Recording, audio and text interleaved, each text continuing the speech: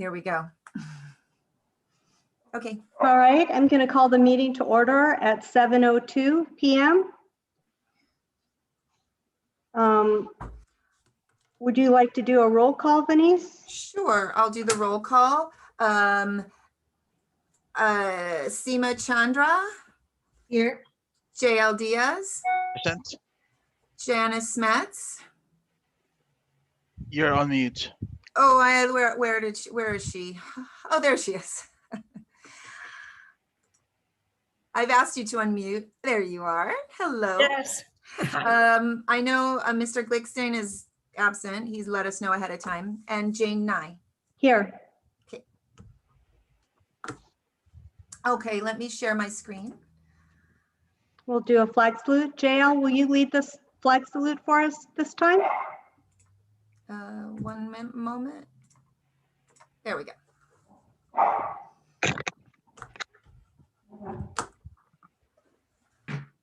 Pledge allegiance to the flag. Let's all stand. Pledge allegiance To the to the flag flag of the The United United States of of America America and to the Republic while it for which stands, it stands, one one nation, nation, under under God, God, indivisible, indivisible, with with liberty and and justice justice for all. for all.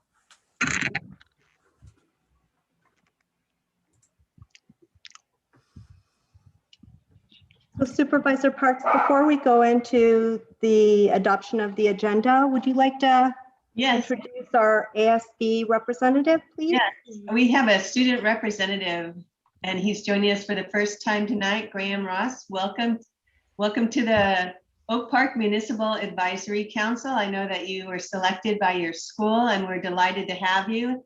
And I look forward to working with you, as I'm sure the other MAC members do also. Hi, thank you so Welcome. much. Welcome, Graham. I'm looking forward to it too. Wonderful. Thank you. Okay, I'd like to adopt the agenda. Do we have a motion to adopt the agenda as Venice sent it out? I'll make a motion to adopt the agenda. Do we have a second? I second the Hold on motion. 1 second, Janice. Janice is muted. I've asked you to unmute, Janice. There you go. Thank you. What was the question? Agenda, I made a motion to adopt the agenda, and I second the motion. Thank you. So Do you want to do a roll call, Venice? On the motion? You're muted. you're Venice muted, Venice. Venice is muted. Sorry. I'm sorry, what was the question? Do a roll call on the vote Yes, for the I will. agenda. I will. Sorry, For the I got motion. it was a work call. It was not a personal call. I promise. Seema Chandra, Yes, yay. JL Diaz, Yes. Janice Metz, Yes. Jane Nye. Yes.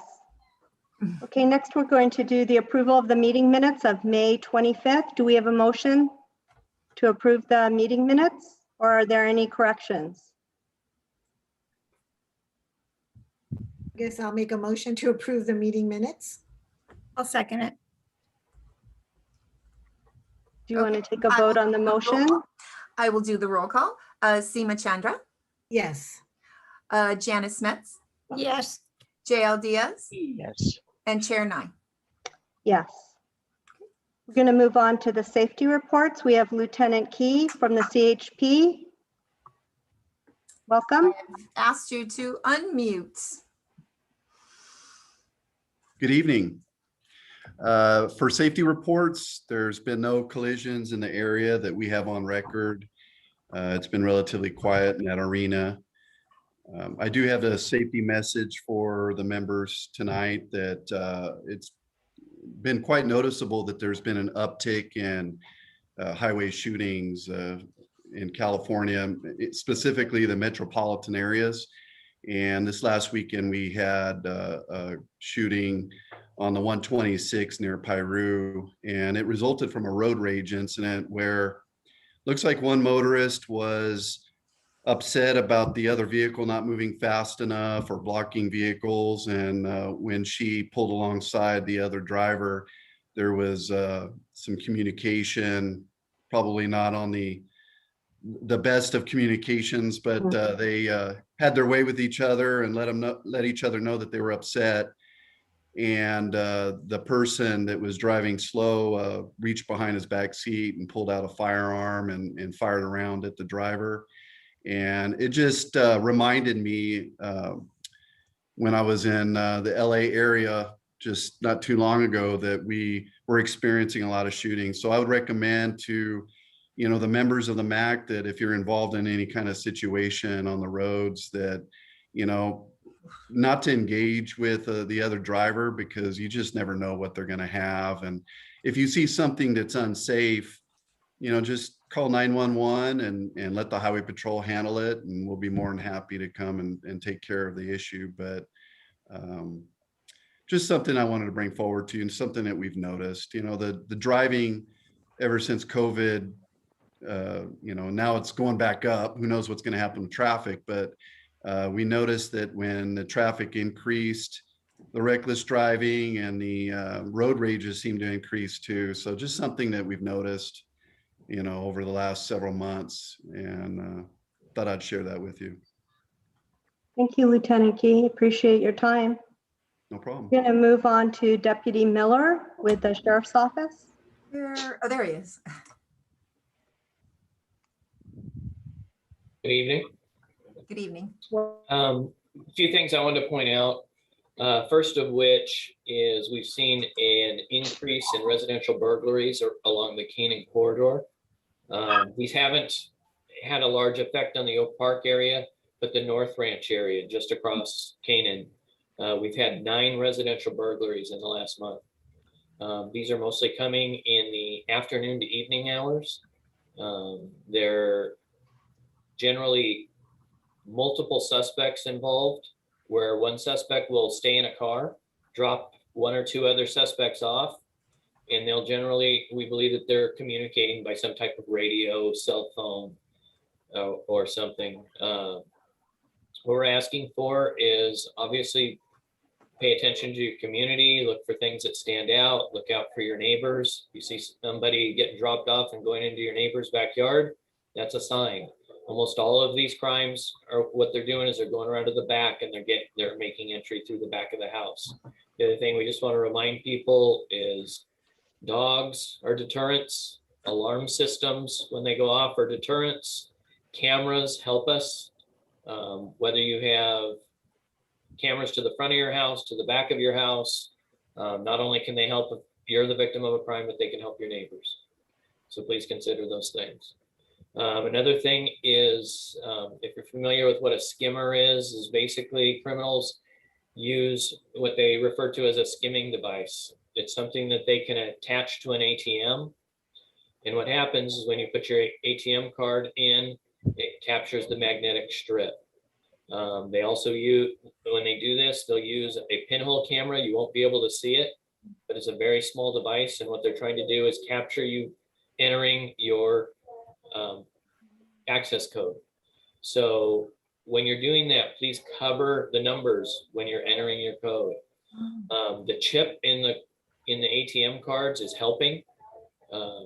Those where they're generally having, just to give you an idea, we've had 23 skimmers found just in the Thousand Oaks area, all at B of A branches.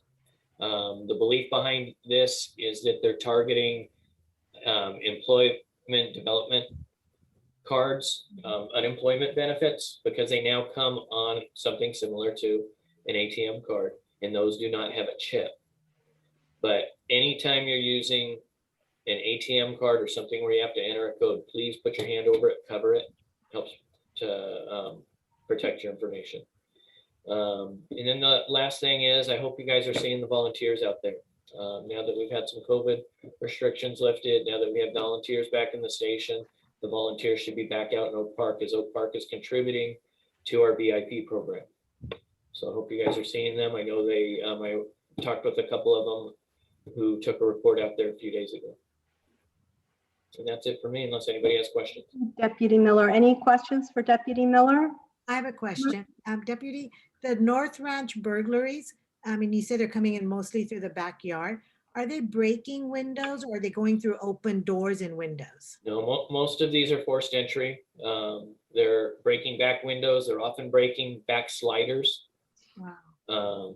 But generally what's happening is years ago, we used to have a lot of what they called knock burglars, where they'd knock on the front door. They'd either force entry through the front or go around the back. These aren't as many where they're actually knocking first. What they appear to be doing is watching for homes. A lot of the times they hit right as it's getting dark, because what they watch for is, are any lights on? Is it dark in the house just as it's getting dark? And they'll go around. One of the big things that we believe they're targeting, or I should say access, is open areas, especially when they can view the back of the house, from whether it's a golf course, open space, whatever it may be. Okay, great. Thank you. Any other questions for Lieutenant Key or Deputy Miller? Thank you both for the, sorry, Janice, I got you. I've asked you. you're on mute again. Yeah, there we go. Can you hear me? Yes. Okay. Just a question, sir. Do any of these homes have dogs? Dogs are general deterrents. If you have a dog, nothing's a sure thing, but generally they look for the easiest access where they're not going to confront dogs, where they're not going to confront people at home. So anything that you can do to deter helps. Obvious cameras can be a deterrent. Automatic lights, if you know you're not going to be home. If you just have a light that comes on, those are things that make it look like somebody is home. All right. Thank you so much, both of you. Appreciate your time. Thank you. Next, we're going to go on to comments by Ventura County Supervisor Linda Parks.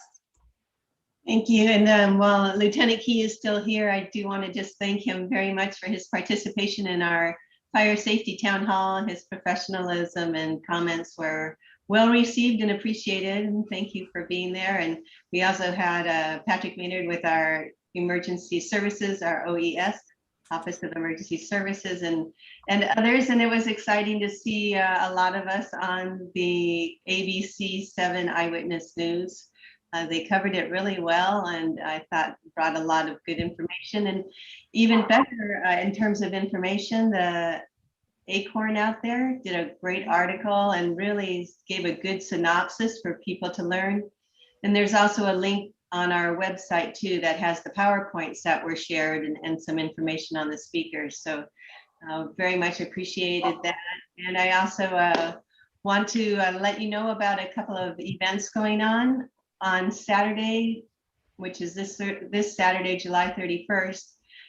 Growing Works Nursery is having a open house, and that's a nursery that I helped start. It's a nonprofit nursery that the county put together, and it provides horticultural therapy and job training for people with mental illness, but it also has some really nice drought tolerant plants, a lot of native plants, and we're also giving free milkweed plants to the first 50 who come, and it is another way of helping monarch butterflies, which is something else I'm working on with the county. Growing Works information is available on our website as well. It's located over there near Casa Pacifica on Lewis Road, and it's in the evening from 5 to 8 p.m. They've got food trucks and music and all that too. So come enjoy if you'd like, and you can get the information on our website. Also, we have COVID updates for you. We did just have a Board of Supervisors meeting on Tuesday. They updated us, so I can share with you. I think most of you know it. The main issue right now is the Delta variant, and what we are seeing is that not being as we're starting to have people who are getting it even though they're vaccinated, and so that's kind of a concern. I think something like 4% now of those who are in the hospital are people who have we call them breakthrough cases. So they are vaccinated individuals. Right now, the state is requiring that you, for a lot of uses that you have masks, that is if you're a college student at a Cal State or also a UC. And they're asking also that you are vaccinated or that you are tested. So as a way to help stop the spread of the Delta variant. I think probably everybody who's interested knows where we stand on that. There's also a nice program that I think Graham will be interested in, a Environmental Voices Academy, and we have information on that where an organization on climate change is providing a 14-week environmental advocacy program for Ventura County high school students, and they have applications available. And so we're going to get that message out to our Oak Park high school students through our school district there, and we'll be giving those out. And then there's also a program called 3C REN. This is 3 counties, is what the C stands for, Ventura, San Luis, and Santa Barbara counties. And they give free fire resiliency and electrification training seminars. And they'll come and help you see what you can do to your house to make it more energy conservative. I don't know. Better for energy conservation. And I think we might have a flyer that Denise can put up if people are interested in doing this. If you're doing, particularly if you're doing home remodeling or you're thinking of doing home remodeling, this gives you some great information on energy conservation. Do you have that? And you are also muted, Denise. Sorry. You know, it's 3C the event that I have the flyer for was yesterday, Oh, okay. but there's still a really good organization. Yeah, and the services are still available. So Right. that's something we can get you more information out. We'll send it to you via email. And I think that concludes my comments, unless there are questions. Any questions for Supervisor Parks? I'm going to put my email in the chat. If anyone wants me to email them some information, I can.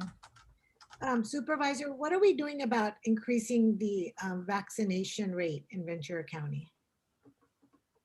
So a lot of it is first identifying where we're seeing the higher rates, and those 2 areas are in a zip code in Oxnard. The Oxnard area has been hard, but also something like 25% of the cases are coming out of Simi Valley.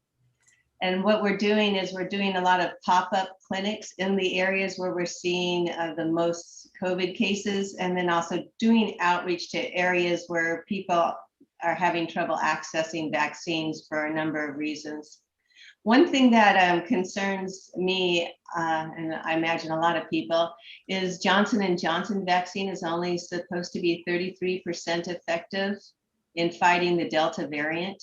When you compare that to it, 30% effectiveness if you've only had 1 shot of either the Pfizer or Moderna, you realize that the Johnson & Johnson doesn't do it. So that's something that they're looking at, whether a booster, perhaps with a Moderna or a Pfizer. But that is something when you realize that you only have a 33% chance of effectiveness if you're exposed to the Delta variant, which is supposed to be multiple times more contagious. It does encourage those individuals to wear masks. Okay, great, thanks. Any other questions for Supervisor Parks? I don't see any hands raised or. Okay, thank you. Next, we're going to move on to public comments. And Venice, please help me here. Public comments are for things that are not on the agenda. So any topics, if you've called in that's not on the agenda, this is the time for you to speak up if you're in the public. And if it's on the agenda, we'll take your comments during that agenda item. Is there anybody that would like to speak now on a topic that's not on the agenda? I don't see any hands raised, and I don't have anyone in the chat, so. All right, we'll move on to council comments, and I'm going to start off with Graham. Sorry to catch you off guard, Graham, but Oh, wanted- let me get him unmuted. There you go. welcome, Graham. So is your last name pronounced Ross or? Yeah, Ross. Okay, I just wanted to be sure. I wanted to make sure I had the right pronunciation. So welcome, and we're glad to have you. So school starts on the 9th. Yep. And ASB is planning registration, and we're going to be helping out with that, just like how we have been in the past. And tomorrow we're actually going to start setting up like sort of pre-registration in the morning. And we're just going to do like some decorations and plan some different events that we can do on like the Great Lawn, and just fun things in general to sort of help get kids' spirits up coming back for the year. Is there anything you'd like to see from the MAC now that you're on it? Is there anything that you'd like us to do or any requests? I mean, probably once the year gets going, you know, but right now, I mean, we're good, so. Okay. Thank you so much. Um, Seema? Oh, go ahead, Seema. Is the school gonna, are the schools fully open then? Like 100% back to classrooms? Yes, they go back fully back on the 9th. Oh, 100%, okay. Yeah, yeah, we're fully back. And if kids were like uncomfortable with that, or like their parents were uncomfortable, there's an online option with Opus, but Oak Park High School is going to go fully back. Oh, great, good. Okay, So Seema, you're up council comments? for comments. First of all, I'd like to thank Supervisor Parks for the fire safety town hall. I attended that, and I thought it was really, really well organized. It was great to hear all the different speakers from the county, from the law enforcement, and the scientists or specialists you have from San Diego. So I really got a lot of good information from that. And I'd like to get that out to the community, especially about the home hardening, that Fire Safety Council, was it that woman who's, and I think that was really great. And I think people need to be aware that we could do a lot of things. So we can help with that, our own homes. I don't know how we can get that out more to the public. I know We do have an agenda item on this, right? So we can talk a little bit more about the MAC's involvement, I think. Okay, that would be great. Then the second is, I guess, landscape committee. I guess that's what I'm on the landscape committee. And we've had a lot of several trees.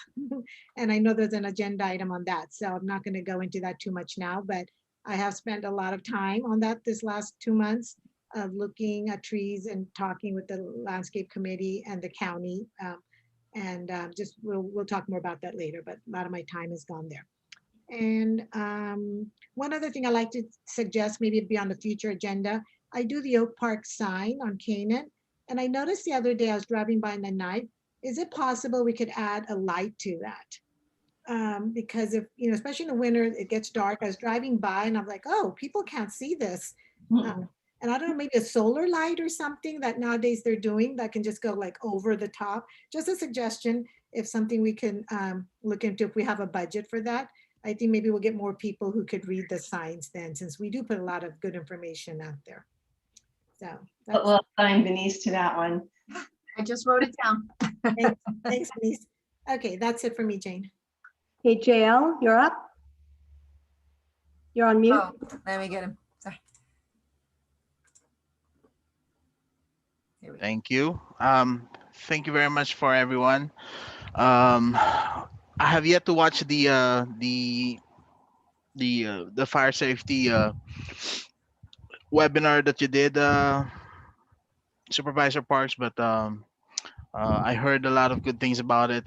People talking about it, so I think congratulations on that. I was I was on vacation the first week of first 2 weeks of July, so I was out of commission for much of the the discussion that has been happening in the Oak Park Recreation Committee for our RSPRD. So once I get the the minutes of the meeting in the last meeting, I'll share something with you with that. But in overall, in general, I think everything is going good in with ours PD. Thank Okay. you. Janice, you're up and you have to get off mute. Get you unmuted.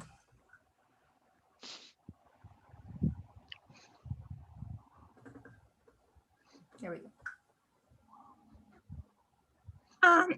Okay, so JL and I have discussed back and forth a little bit about this website that we're supposed to be working on. And welcome back from your vacation, well deserved. Thank you. And I too thank you, Supervisor Parks, for the great safety presentations that were done in our community. And I loved watching it on TV. It puts us right on the map. So I really like that. Seema, you look beautiful there. I saw you. So JL and I decided that JL is going to look into the cost of the website and any of the administrative costs. And if you hear some squeaking in the back, I have 6 new puppies and they're playing and they were supposed to be sleeping right now. They didn't know the Zoom was on. So I apologize for that. I have a new puppy too, Janice. I have 6. That's why I had to get up and put them in their crate. Well, you want to try the 6 puppies down here? Yeah, I don't think I could do 6. I have 1. No, I'm just going to let them play and hopefully they'll get exhausted and just fall.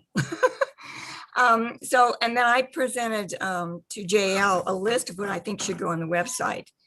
And I think that many things on my list would probably address some of the things that you were addressing in your draft that you just recently put out, Jane. So there may be some more discussion going on there. We can collaborate on that.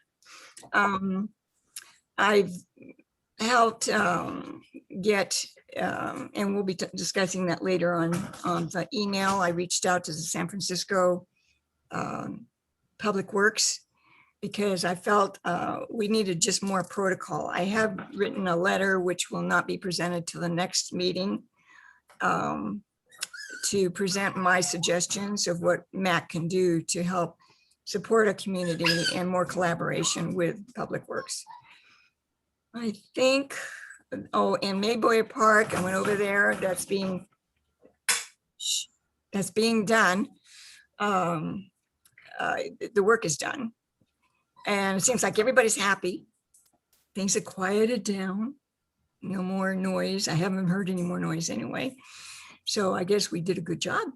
Good job. And Carolyn's here, and good job, Carolyn.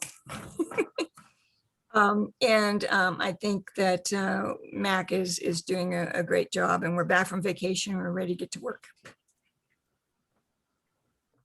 Thank you, Janice. And I'm putting it on mute because they're really having a good time down there. So I'll just report on the Oak Park Unified School District. I went to the June meeting and everybody was happy that they made it through the challenging year and they were able to have in-person graduations. A serpentine pathway was dedicated to Dr. Knight. He retired. And Dr. Knight, when he retired, gave everybody on the school board a book called Schools That Heal. It's what would a school look like if it was designed with mental health in mind? And I actually got the book. It's quite interesting. It's called Schools That Heal. Well, I wanted to welcome again Graham as our new ASB representative and mentioned that we have a new superintendent who started July 1st, Dr. Jeff Davis. And I think he's having, Graham, isn't he having a meeting tomorrow evening? I can't remember, out on the grass in the evening to just, I can't remember what day it was. Quite sure about that. Yeah, so he's having a welcome, just a chat out on the large grass area. And then again, like we mentioned, the schools all start August 9th in person. And I think the football field and the track are all completed. There was a water leak when they were redoing the field, and that's been completed at, I think as of Monday. And then I just wanted to mention that one of the Oak Park administrators asked me to have the divider near Medea Creek Middle School fixed to prevent cars from crossing over. I submitted that under the Public Works app, and it was completed, and everybody's thrilled. So they wanted to get that done before the school started. And so the Ventura County Public Works Transportation team completed the repairs to the divider, and that's done. And then on the Triumphal Water and Sanitation District part, I just wanted to mention that there's a demonstration facility in Calabasas. You can go online and reserve a time slot, and you can visit the demo facility and also the garden. So it's called Taste the Water and Explore the Garden. So those are on the weekends, and that's available to the public. That's it for me. Let's see what's next. Next is written communications. So we have an email correspondence from Janice with the Bureau of Urban Forest in San Francisco. Do you want to go over that, Janice? Janice, you want to give me a second? I can pull up that correspondence. Oh, that'd be great.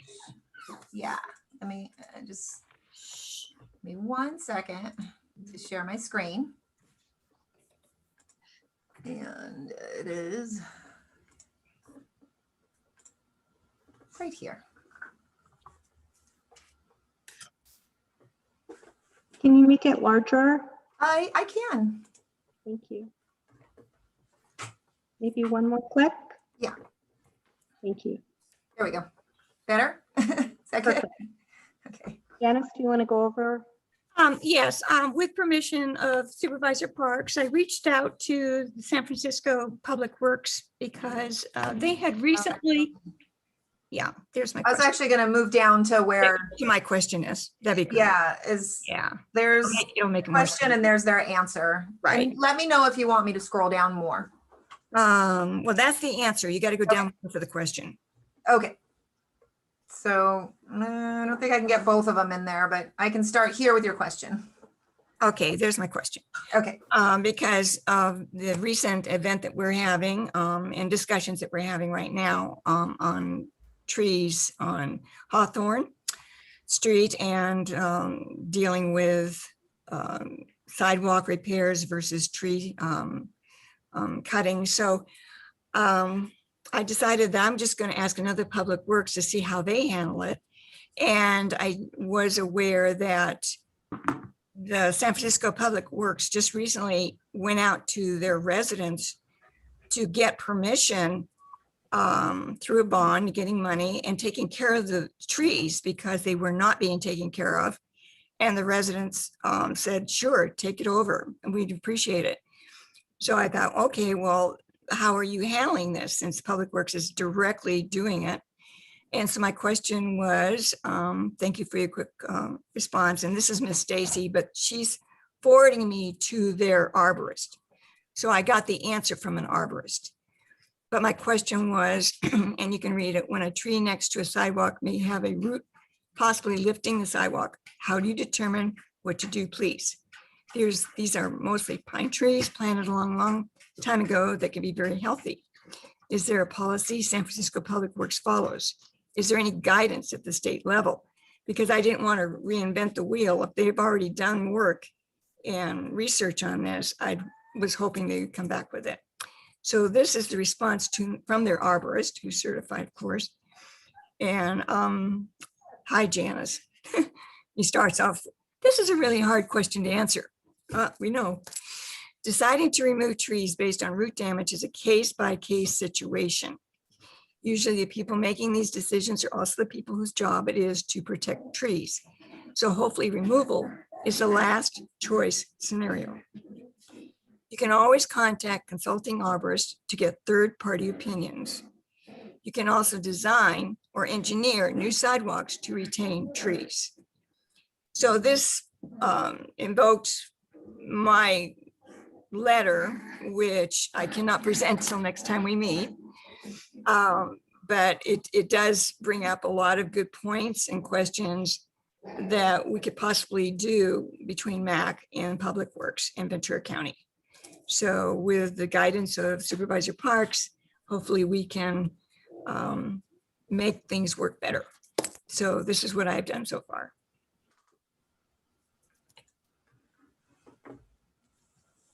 Are there any other board comments on this written communication? If not, we're going to move on to the arborist report for Hawthorne, which is specific. Go ahead, Seema.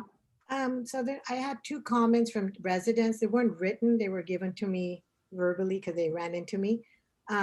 One was a resident complained that on the median on Canaan, that the pine needles and a lot of leaves have not been being swept up lately.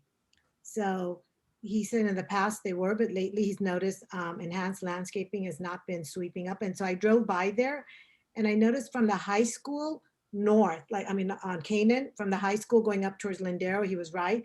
There's lots of piles of needles and stuff that I know the median is probably harder for them to sweep because traffic.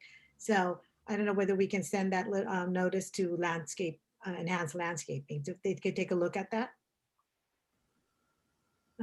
When Venice, you'll send that to them? Sure. Oh, so, yeah. Did you send that to me yet? Or No, they just told me Oh. verbally. I ran. okay. Yes. Yeah. What is You let that? me. Yeah. And the second, another resident complained about the high school track. They went there in the evening about a week ago, a week and a half ago, to go walking and jogging on the track, and it was locked. They're not allowed, they don't allow anybody on the track, and they haven't for several years. Okay, I still don't agree with that, so I would still like to, I'm sorry, I like to walk. I know other residents have told me they like to walk. So is that something, Supervisor, that's hard and fast rule, or is that just our school district doing this? Two different jurisdictions, we don't do schools. So that'd be something that you could take to the school and ask them about, but it's not within the purview. It's Of the all the county. schools, Westlake and Agoura also are locked. Their tracks are no longer open. But it's public property, isn't it? No, it's school property. But we're paying taxes for a public school. I know this has been discussed over the years, and I'm just telling you that all the school districts have their tracks locked now. Okay, so well, we have a new superintendent, so is this something that can be brought up at a board meeting? It sounds like it's something that you should personally, not as a MAC member, because it's not the MAC jurisdiction, ask about if that's something you're interested in, but it really can't be referenced from our MAC to the school district. Okay, so any residents who have a complaint too can bring it up directly to the school district. Absolutely. Okay, I'll let them know that. And I have seen letters to the editor and the Acorn about this previously as well. So I mean, it's across our community that people have been concerned about it over the years, but it is locked. I see somebody in the comments has also put that down, that they would like an open track. I mean, I'm hearing this from residents, and so it's an issue still. And unless there's this law against it, I'd like to know why the school district can't open it up. And I like them to, so I'll talk to them directly. I will email the I superintendent. think we also had a similar concern about the tennis courts, and I think there was a decision made recently that the tennis courts would be unlocked, but for Yeah. a while they were locked as well. Yeah, but that was during the pandemic, I think. Mhm. They have been open. I know people have been using those, so that's been really good for the public, because we're really short of tennis courts. So, okay, that was my comment. I will let them know about contacting the school district. Thank you. All right, Janice, anything else before we move on to information items and the arborist report for Hawthorne? Anything else you wanted to say? You're muted, Venice. Is she? Yeah. Okay. Anything else, Janice, that you want to Um, say in your written correspondence? Not on my correspondence, but we do have an arborist report coming up, so there'll probably be more comments to that, but not on mine particularly, no. Thank you. Okay, we're going to move on to item 10, information items, the arborist report for Hawthorne from the arborist. So is that Chuck? Is that you? Oh, let me unmute him. Thank you very much. Sure. Okay, at the May MAC meeting, you all asked for a copy of the arborist report. This was for the proposed removal of 4 pine trees along Hawthorne Street. So at your request, we had this arborist report prepared. The arborist report concluded that The trees at locations 1, 2, 4, and 8 did in fact need to be removed. So that basically backed up what Public Works had told you at the May meeting. Since you've had a while to look at this, if you have any questions, I'd be happy to answer them. But essentially, we got the same answer that we previously got. These are 4 trees that are being recommended by the arborist for removal. I have the report. I could share it, but if you need it. Chuck, doesn't it say that we could potentially save one of those 4 trees? No, the 4 trees that are called out in the report are specifically called out for removal. There are other trees mentioned in the report that the arborist said it's sort of a policy decision whether or not those would be removed. Public Works has taken the position that we will do our best to try to preserve those remaining trees so that we don't cut any more than the 4. And in some cases, that will require us to leave a stump in place and not chase the roots, except for those that are in direct conflict with the sidewalk. What happens is those root systems intertwine. So if we start chasing down the roots for the trees that are cut down, we risk damaging the roots of nearby trees. So we will follow the arborist's recommendation that we leave a stump in those cases, not chase the roots, and hopefully preserve the other nearby trees. Okay. Any other council member comments on this before I open it up to the public? Janice? Did you want me to share the report on my screen or did you? Oh. I had a request for someone to share it from the public, so I can do that. Okay. Chuck, where'd you go? Oh. A mul- You moved on me. Whoops. It's a multi-page report, so Make it like 2 clicks. you would have to let me know if you. Can you make it larger, Denise? I can. It'll be less, One more. And yeah, then just scroll. less Yeah. on the. Yeah, you can't. Yes, this is tree number 1. This is tree. And- Right, and if you go to the bottom of the page, it has the recommendation. So the recommendation is now visible on the screen. Yes. Okay. Am I on or off? You're on. I'm on. Okay. Chuck, I have received an arborist report. I guess this could be considered the third party from community member. And unfortunately, we cannot put it in this agenda, but I was told that it can be put into the next agenda. So this needs to be shared with the community before any decisions are made, along with a letter that with my suggestions. I'm all for safety in our community. Truly I am. But I do think that we should also hear from our community and our residents. And if they get a third party arborist to come in, we should be looking at that before we make decisions or recommendations. And that's my input. Seema, I'm gonna ask for the board input before I go to the public input. Seema, I know you said that you had done a lot of work on this. Do you have comments? It's a difficult situation. I absolutely like to save the trees. I understand that. I've worked with Carolyn a lot on this issue and talked to her a lot. Yeah, it probably is good to see for her. She did go out of the way and find another arborist to take a report on this. So we should look at that report before we make a decision. I'm just concerned about, one of the sidewalks, that orange one that's really lifted. So, but I understand that's been there for a while, I guess a couple of years. So I one more month. I mean, I do want to take care of that one as soon as we can, but I do want to give Carolyn the fair time to look at her arborist reports, and she did do a lot of work for this. JL? Yes. So you mentioned, Janice, that you have an arborist report that cannot be shared.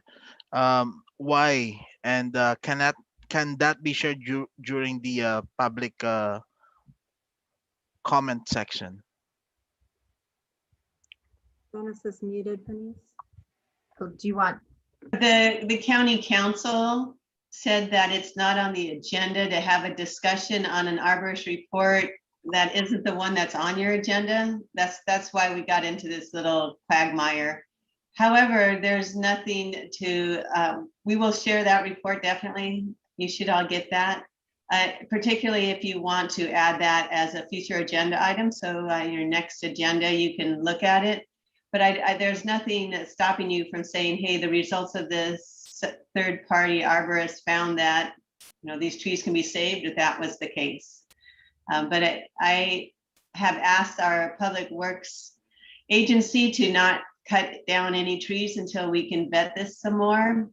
And so we are holding off on doing any of that tree cutting down until you know, we can all have an opportunity to have all the information before us. And, you know, it gives us at least a couple of weeks to continue this review if you would like. And I like to The mention, MAC already voted on this Correct. item. We did in May. On this, and as I recall, the vote was you were opposed to the removal, correct? That's correct. Right, so It was unanimous. I took that to our Public Works Agency director and I said, hey, this elected Municipal Advisory Council is, you know, voted against the removal. And this is something that the community treasures, your trees, and we need to see if there are other ways we can go about it. Then, you know, you got 2 inches of sidewalk saying you have to chop down a mature tree, that maybe there's a different way we can do that. And obviously we brought forward some suggestions.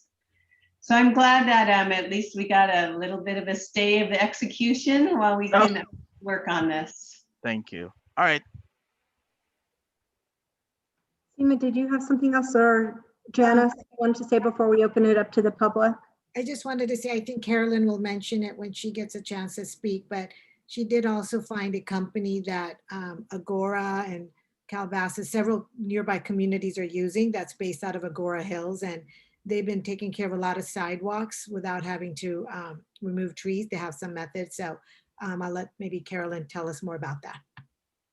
Okay, Janice, before we move on, I just wanted to make sure you have a voice. You've been muted and I'm sorry. We need to get Janice off mute and just hear her before we move on to the public. Okay, Janice. Okay, thank you Supervisor Parks for putting a stay on this. I really appreciate this because I really think that we should not be too hasty, and we're creating a precedence of whatever we do here. Is it a setting a precedence of how we do our protocol in these kind of issues? So this may go on for a couple of months while we try to work things out so that we feel like we're representing our residents in the manner we should be. And keeping in mind that we do always worry about safety. I think everybody on MAC board is concerned about it, but we don't want to do an overkill on that either. So thank you so much for your help and support on this. And I would note also, I think we also have a general plan that we just adopted that calls for preserving urban forests and tree canopies, and truly in the unincorporated area, there isn't a lot of that going on, except Oak Park. You know, you definitely have your trees. I know other MACs in my district don't have this. So you have something that's pretty special, and you have a landscape district that helps pay for the landscaping. So it is understandable that this is important to you. Thank you so much. Thank you. Appreciate All that. right, Denise, can you go back to the general picture? And Chuck, before we open it to the public, is there anything else you'd like to say? Denise, you might just want to allow the public to see the information regarding trees 2, 4, and 8. Those trees are I can also. get back to that. I'm not sure I will be able to see all the people. Let's see. So this is tree 2, right? So Or is that it the one's one you also put in? recommended for removal. Yes, so the recommendation is down here on the screen now. And then, The third this- tree is tree number 4. oh, let me move on to tree number 4. Okay, Okay, so tree number 4 is also proposed for removal. and there's the recommendation. There's a recommendation. And the final one is tree 8. That's just where it is. There's tree 8. And then I'll move down. There's the recommendation. All right, thank you. Okay. Anything you want to say, Chuck, before I start calling on the public? Nope, not my report, so Okay. but it's there for everybody to read. Okay.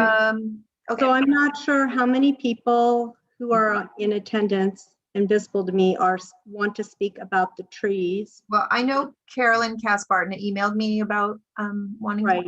How about Sam? Are you here to speak about the trees? No, No. he's on the fire safety. And Greg I is have on a fire safety. Lori Gunn, are you tree or fire? fire. Okay. So I also have a hand raised by Jay Caput. So how would you like me to proceed? Okay, and that's the only, just No. Carolyn and Jake. Carolyn's Jay so far that I have. Yes. Okay, Carolyn, you've got, I'm gonna time you. Last time we had 5 minutes. I'm gonna try to keep this shorter. I'm gonna do 2 minutes. I'm gonna start your time now, Carolyn. I wrote down my comments so that I could hit every point that I want to make, because I've done a lot of research, as many of you know, since our last meeting. Okay, I'm confirming that we, the community, came to the meeting last time and asked to save the trees on Hawthorne, and that our MAC has indeed voted to save the trees. Okay, we have an Oak Park area plan, we have a tree protection ordinance, and according to Linda Parks, we have something new about protecting and preserving our trees, okay? There are currently wildfires in the West that are knocking down our forests, okay? We are in climate change, and we need to have our trees preserved. We need independent consulting arborist opinions, and I did get an independent consulting arborist to come out. I reached out to the company Lee Newman and Associates and spoke with Bob Bombardier, whose project was along Agora Road. And he referred me to John Oblinger of Lee Newman and Associates, okay, an arborist who supervised the project. And John came out and met with me, John Oblinger, and he wrote a letter. That's the letter they're talking about from his arborist, consulting arborist firm, stating that these trees are healthy. And I have reached out also to Tim Iverson, who is the Director of Public Works for the City of Westlake Village. And I asked him what their process is to preserve the trees and repair the sidewalks. And he told me that they contract with a company called Precision Concrete. I don't know if you can see the folder that I have here. Yes. Concrete cutting, and their idea is trip hazard removal specialists. This company is located in Agora Hills, and the man came out to meet with me, whose name is Gary Beneducci. And Okay, your 2 minutes is up. Carolyn, can you wrap it up, please? I mean, I've got a little bit more to say. Okay, Gary Beneducci says that he grinds the sidewalks down. He's worked with the cities of Agora, Calabasas, Westlake, Thousand Oaks. These are cities that goals are to save their trees. And there is a process that Westlake Village and these cities use. That is, they grind the sidewalks where it's possible, which is possible on the first, I believe it's tree number 8 situation. He said it wouldn't cost more than $500 to do that project. Okay, the other is the uplift is too high. And he said that could not be ground down. And what Westlake does is they employ a company called Nassau Masonry, and they come out and they lift up the pad. They look down at the roots with a consulting arborist. They can trim the roots. John Oblinger confirmed you can trim the roots down 6 inches. It does not compromise the tree. And then they lay another pad, a new concrete pad. They put down rock salt first, and then they put down new cement, okay? And they deal with this in Camarillo, on Las Posas Road, on Ponderosa Road, all the time. Now, here's the irony. In 2018, Ventura County Public Works did this exact project in front of my house on Smoke Tree and on Bayberry and the surrounding streets. Chris Locke said the man who did the project is no longer working for the county, but that doesn't negate the fact that the sidewalks were ground down and new pads were poured. They are not weaker. The pads are not weaker. They have lasted. Okay, on Hawthorne, we can save these trees and we can fix the sidewalks. The emphasis should be on repairing sidewalks, not removing trees. Okay, we need, here in May Boyer, we need a plan because we have all the mature trees. We are the oldest part of our community. Are we going to remove all of our trees as this situation is going to occur over and over? So I'm requesting that we need additional arborist reports if necessary. Okay, and what we've already talked about in San Fernando Valley, there's many trees. Okay, Carolyn, I've given you another 2 minutes and And- I've got to wrap it up because we have other people that need to I speak. understand that. So there is a way, and all our surrounding communities, Westlake Village, Agora Hills, Thousand Oaks, they're all doing what is done in front of our house. Okay, They're thank you, grinding the Carolyn. We're going to move on to Jay. Could you open up Jay Caput's, please, Denise? Yeah. Jay, I've asked you to unmute. Thank you. Go ahead, Jay. Thank you for being Okay, here. Thank you, Chair Nye. Thank you, Mac, and thank you, Supervisor Parks, for the stay of execution on these trees. Obviously, we want safety and we love our trees. That goes without saying. I have a procedural question that maybe you can answer after I'm finished, which is when we have future MAC meetings and there are reports, arborist reports, either commissioned by or requested by Public Works or by residents, can we get those in advance of the meeting?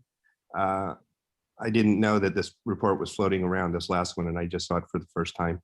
So I don't know if that's appropriate to be a link or an attachment to the agenda. So that's a question. I think that we need to take our time, and if the arborist reports are in sync, you know, at some point we can't get 100 arborist reports. I think we have 2 now, maybe there'll be a third, you know, but if they start to diverge or there's not a consensus, I think we should take our time and really think it through. Thank you to the council member who is looking at other jurisdictions, including San Francisco. You know, maybe there's other jurisdictions. I doubt we're reinventing the wheel here. It's all been looked at before, but you know, I'm familiar with Smoke Tree. Carolyn's house is a few doors away from mine. And yeah, it was ground and the tree is saved and it's beautiful. And I'm also afraid that if we start going after a few trees here and there, there's a lot of trees we could look at. I think, you know, we could open up a can of worms here. So thank you for, more than anything, your being patient and methodical and really thinking it through. There's no rush. So thank you, thank you, thank you. Anything else, Jay? You had wanted an answer on whether the reports could be included, Venice. Can we do that? The report was in the information that was sent with the, at least this one was in the information when I sent last week, and then again this morning. The And link? the link, the actual report was in the email that I sent. It's also up on our website, on, well, our Supervisor Parks' website. Under community information, I think is the header. It's down towards the bottom of the website. I mean, let's double check exactly where it is. Janice? But I would just say certainly when we have an agenda item with an arborist report, when we send that out in advance to the MAC, that report has to be there too. And that's what we've been doing. I think Denise is looking to see if it's also on our web. Denise, will you unmute Janice, please? Yes, 1 second. Yeah, and by the way, it is, yeah, it's under recent news on the Oak Park webpage for, right. Okay, when I receive that information, I do forward and I copy and I put it in Nextdoor to try to reach out to some of our community members, although not everybody's in Nextdoor. But it does not forward the attachments. It won't do that. Oh, It will take URLs and the reader can go into the URL. So if there's a way you can give a description of where to find it with URL, I can copy it and put it next door that way. okay. Sure. Okay, because I cannot put those PDF files in next Fair door. enough. And I know you do mention, Janice, that if people do want things, they can private message you and you can send them an email. So I know I put that go to out of them. your way to try to Right. get the information. Right, I do that. I put in there, tell them if they want copies of the attachments, do a PM, give me their email address and I will forward it. So I do offer that. Okay, but that's good to know. I didn't realize that. So, well, I'll figure something out so that you can get it on the next door and they can actually get the attachments as well. Thank you. That helps, Jay. So Venice, are there other people, I don't know, Jana or Lynn, VL, any of these other people are interested in speaking about the Hawthorne? I don't have any hands raised, so. Do you have anybody interested in speaking about? Jane, Jane, can we get Carolyn's new arborist report then uploaded and sent out? So this is the proposal is that if you vote this evening to make it a future agenda item, right? Then it's going to be on your future agenda. It's going to be on your next agenda. We'll put it on our, be glad to post it if you would like, and also send it to our MAC list in advance. So you will have that ability. And we would have done it tonight, except it wasn't on the agenda. And if I could also just comment, I jokingly told Carolyn about chaining ourselves to trees. You know, that was a joke. And I'm glad for the ability to have this stay. It was really important, I know, to your community. So I wanted to make sure that we had that opportunity. And, you know, certainly if you have an arborist report that says conflicting information, I think that helps the dialogue. Is there anybody else that would like to speak on topic 10A before we move on to 10B, which again is about an additional tree removal? But is there anybody else that wants to speak about the hawthorn trees before we move on to 10B? Okay, we're going to move on to item 10B, update from Public Works Agency regarding additional tree removal. Yes, thank you. Before I begin with the presentation, I just wanted to make an announcement. Jeff Pratt, the agency director for Public Works, and some of the senior staff met to discuss the sidewalk issues and the tree removal issues. And as part of that discussion, it was decided that henceforth, rather than the MAC and the supervisor's office hearing potentially from multiple departments within Public Works about tree removals, that real estate services would take the lead, since we're already working with the MAC on County Service Area 4 administration. So in the future, all of that information regarding tree removals will come through either me or through Valerie moving forward. So moving on to the next tree report. I can share this, by the way. Let me. That's fine. Yeah, let me just, and let me click it one more time. Is that good? Okay. Yes. The subject tree that's proposed for removal is a Canary Island pine, excuse me. It's at the easterly edge of Canaan Road at Conifer Street in Oak Park. It's the land there, adjoining land, is owned by Rancho Simi Recreation and Park District. And that tree is part of May Boyer Park. So this is not a CSA 4 related project. This is not a landscape area maintained by County Service Area 4. This is one of those sidewalks in the community that when there's issues, the private property owner is responsible for making sidewalk repairs. So in those situations, the Roads and Transportation Department routinely gets an arborist report. So the arborist report has been provided to Rancho Simi Recreation and Park District. And it's my understanding from Roads and Transportation that the Parks District has authorized Roads and Transportation to handle the sidewalk repair. So are there any questions regarding this particular tree report? So I've got a question, Chuck. So this is, you're just coming to give us information. There's no action for the MAC? No, there's no action for the MAC. The MAC would not be voting on this tree removal because it's not within a county service area 4 landscape area. It's just information only, telling us what the RSRPD has made a decision on. Correct. Another loss of a mature tree. Did I also make a point? I have not gotten to the bottom of this one, but it is my conjecture that RSRPD was told to remove the tree because it's uplifting the sidewalk. and they are told by the Public Works Agency. Haven't nailed it down, as I said, but that's my conjecture. And then it goes back to the point that was raised earlier too, is are there other ways where you can keep these trees by working with the sidewalk? Now, as mentioned, some of these, trees have been there for decades. The sidewalks have been there for decades. So while it's needed because there's an uplift, it seems like it's still something we can, as Jay Capitz was saying, spend a little time to see if there's another way to protect both the tree and the safety of the public. So Chuck, is there a timeline on this? Is this another one that we can table until we've had further discussion? We were speculating a little bit about this evening. My guess is that this is part of a larger sidewalk repair project.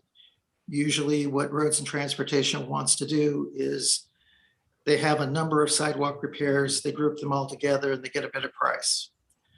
So this is not unlikely to be one where they're going to do it piecemeal. So this is going to be part of a larger project. To the extent that Supervisor Parks has asked for a hold on some of the other sidewalk projects, I assume that puts this one on hold. I would want to verify that with Roads and Transportation because they don't usually coordinate with me on these items. So, just as a practical matter, because County Service Area 4 is not directly involved in this particular situation, I'm not part of the loop. So that would be something that I believe Denise and I have been trying to nail down tonight before the MAC meeting, and we just weren't able to do it. Thank you for bringing it to our attention because I think we all care about it and are trying to protect it. So we appreciate you bringing it Of course. to our attention as well.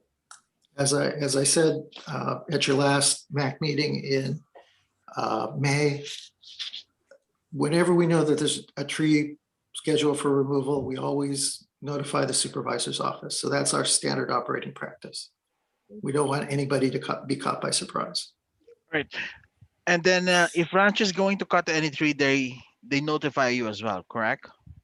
If who? If Rancho Simi will cut any tree, they will notify your office. Is that? No, they do not. They don't. They just. No. Oh, okay. It's their property. They make those decisions about tree removal on their own property. Okay. I'll make sure that I raise this with Rancho. That we're concerned about the tree cutting then. Okay, do we have a motion to talk about introducing this discussion in our next meeting and introducing the arborist report in the future meeting? Can I have a motion, or is there a motion? I motion. Hold on, I'm sorry. Let me unmute. Let me unmute Jan. Okay, so Janice will motion. I do the second motion. Well, I've unmuted you. I've asked you to unmute. Can we have a motion? I want, before we do that, Jane, then I want to include my letter that I wrote that I could not include this time. I'd like to put that on the agenda the next time too. So what letter is that? It's a letter suggesting my suggestions of the protocol between us and MAC and Public Works. And it reiterates that we the MAC have already voted, and this has got to be revisited, of making a $10,000 thing. So it's a protocol that we really need to address. Can I have a motion to? Jane, I don't know if you need a motion because it's an information item. Can I add just one other thing as you look at the report by Inaba in front of you? I think it makes a really good point. It talks about in the last sentence or two of that letter, it says as an awareness of arboriculture improves. Is it up here? Better selection planting and establishment of trees as possible. And with improved care, many tree pavement conflicts can be avoided or mitigated, leading to improved tree performance and longevity. And I think what we're seeing here are, these pines planted right at, in an area where they cause harm and have shallow roots and aren't, the best trees for your community. I really feel we need to have a larger discussion on the trees that should be replacing the trees that are removed. And that is something your landscape committee may want to get involved in. In Supervisor Parks, what I wanted to discuss, and this is what is in my letter that hopefully you've got a copy, is this $10,000 limitation. I really want to address that. And that's why I wanted the letter in the agenda for the next time. Yeah, we will. So that is when you get to the future agenda items on your agenda, which is I think like the last item on your agenda, that's when you can vote if you want to of what items should go on the future agenda. But this is just an information item that doesn't need a vote. But Janice, we did the $10,000 limit last time. We voted on that and we kept the $10,000 limit. This is what I'm addressing, and this is why I want to address a protocol, and you'll have to read the letter. I can't discuss. Also, speaking of the landscape committee supervisor, the committee's only me and Carolyn right now, and it's too much work for me. So I need another MAC member or other people on the committee, or I need to resign because I've been spending way too much time. I'm working full time, and I can't be doing this with every single tree. Now, Jael wants to add more trees from Rancho Simi, so I can't be visiting every single tree. So we need to address that. Really, a committee. Well, I'll be glad to help you, Seema. Then you have to be officially on the landscape committee. Oh, throw me in. That would be something to put on the agenda for the next meeting is appointments to the landscape committee also. Yeah, because it's too much right now. Supervisor Parks, we don't have an agenda item that says future agenda items. Oh my goodness, that is my fault. You are absolutely right. I just noticed that is an oversight on my end. But so tell Denise and we'll put it on the future agenda. She takes notes. Yes, well. yeah, I just noticed that. I don't know how it came off, but. And you don't need to vote on it then. You don't. You just email me. And You just have to Janice, I'm email already me then. aware. Venice, Oh my goodness, I'm so sorry. Chuck wants to speak up, I think. Yes, I see Chuck's hand. Thank you. I also wanted to say there was one additional tree that Seema and Venice and I and Valerie went out to see. This is a sycamore tree near the corner of Rockford and Ocho Rios Way. And this particular tree is not damaging a sidewalk, but it's damaging a private patio. And it's also verified that there are roots growing underneath the property owner's foundation. So enhanced landscaping has recommended the removal of that tree to avoid any damage to that property, specifically to the foundation of the house. Do they have a report or pictures for that? No, enhanced landscape is not required by its contract to provide us with tree reports. So we get a summary from their arborist recommending tree removal or recommended trimming or whatever the appropriate action is. And just so you know, the Inaba report that we prepared for those 4 trees on Hawthorne, Yeah. the cost for that was $1,425. So these tree reports can be quite expensive. So we don't routinely ask for them. Oh, For the report was 1,400. Yes, per report. for the report. Arborist report. So you did 2, so that's like 2 times 1,400. Is that right? No, the tree report that was prepared for Rancho Simi, they would have paid for that report. Oh, okay. So Rancho. The cost gets passed on as part of the sidewalk repair. But for Rockfield, that came from Enhanced, Rockfield? the one that you just mentioned. Oh, that one. you just That one mentioned. came from Enhanced. The property owner contacted Enhanced directly, Oh. which is often how We we hear didn't about pay tree for that. issues. We didn't We did pay- not pay for that.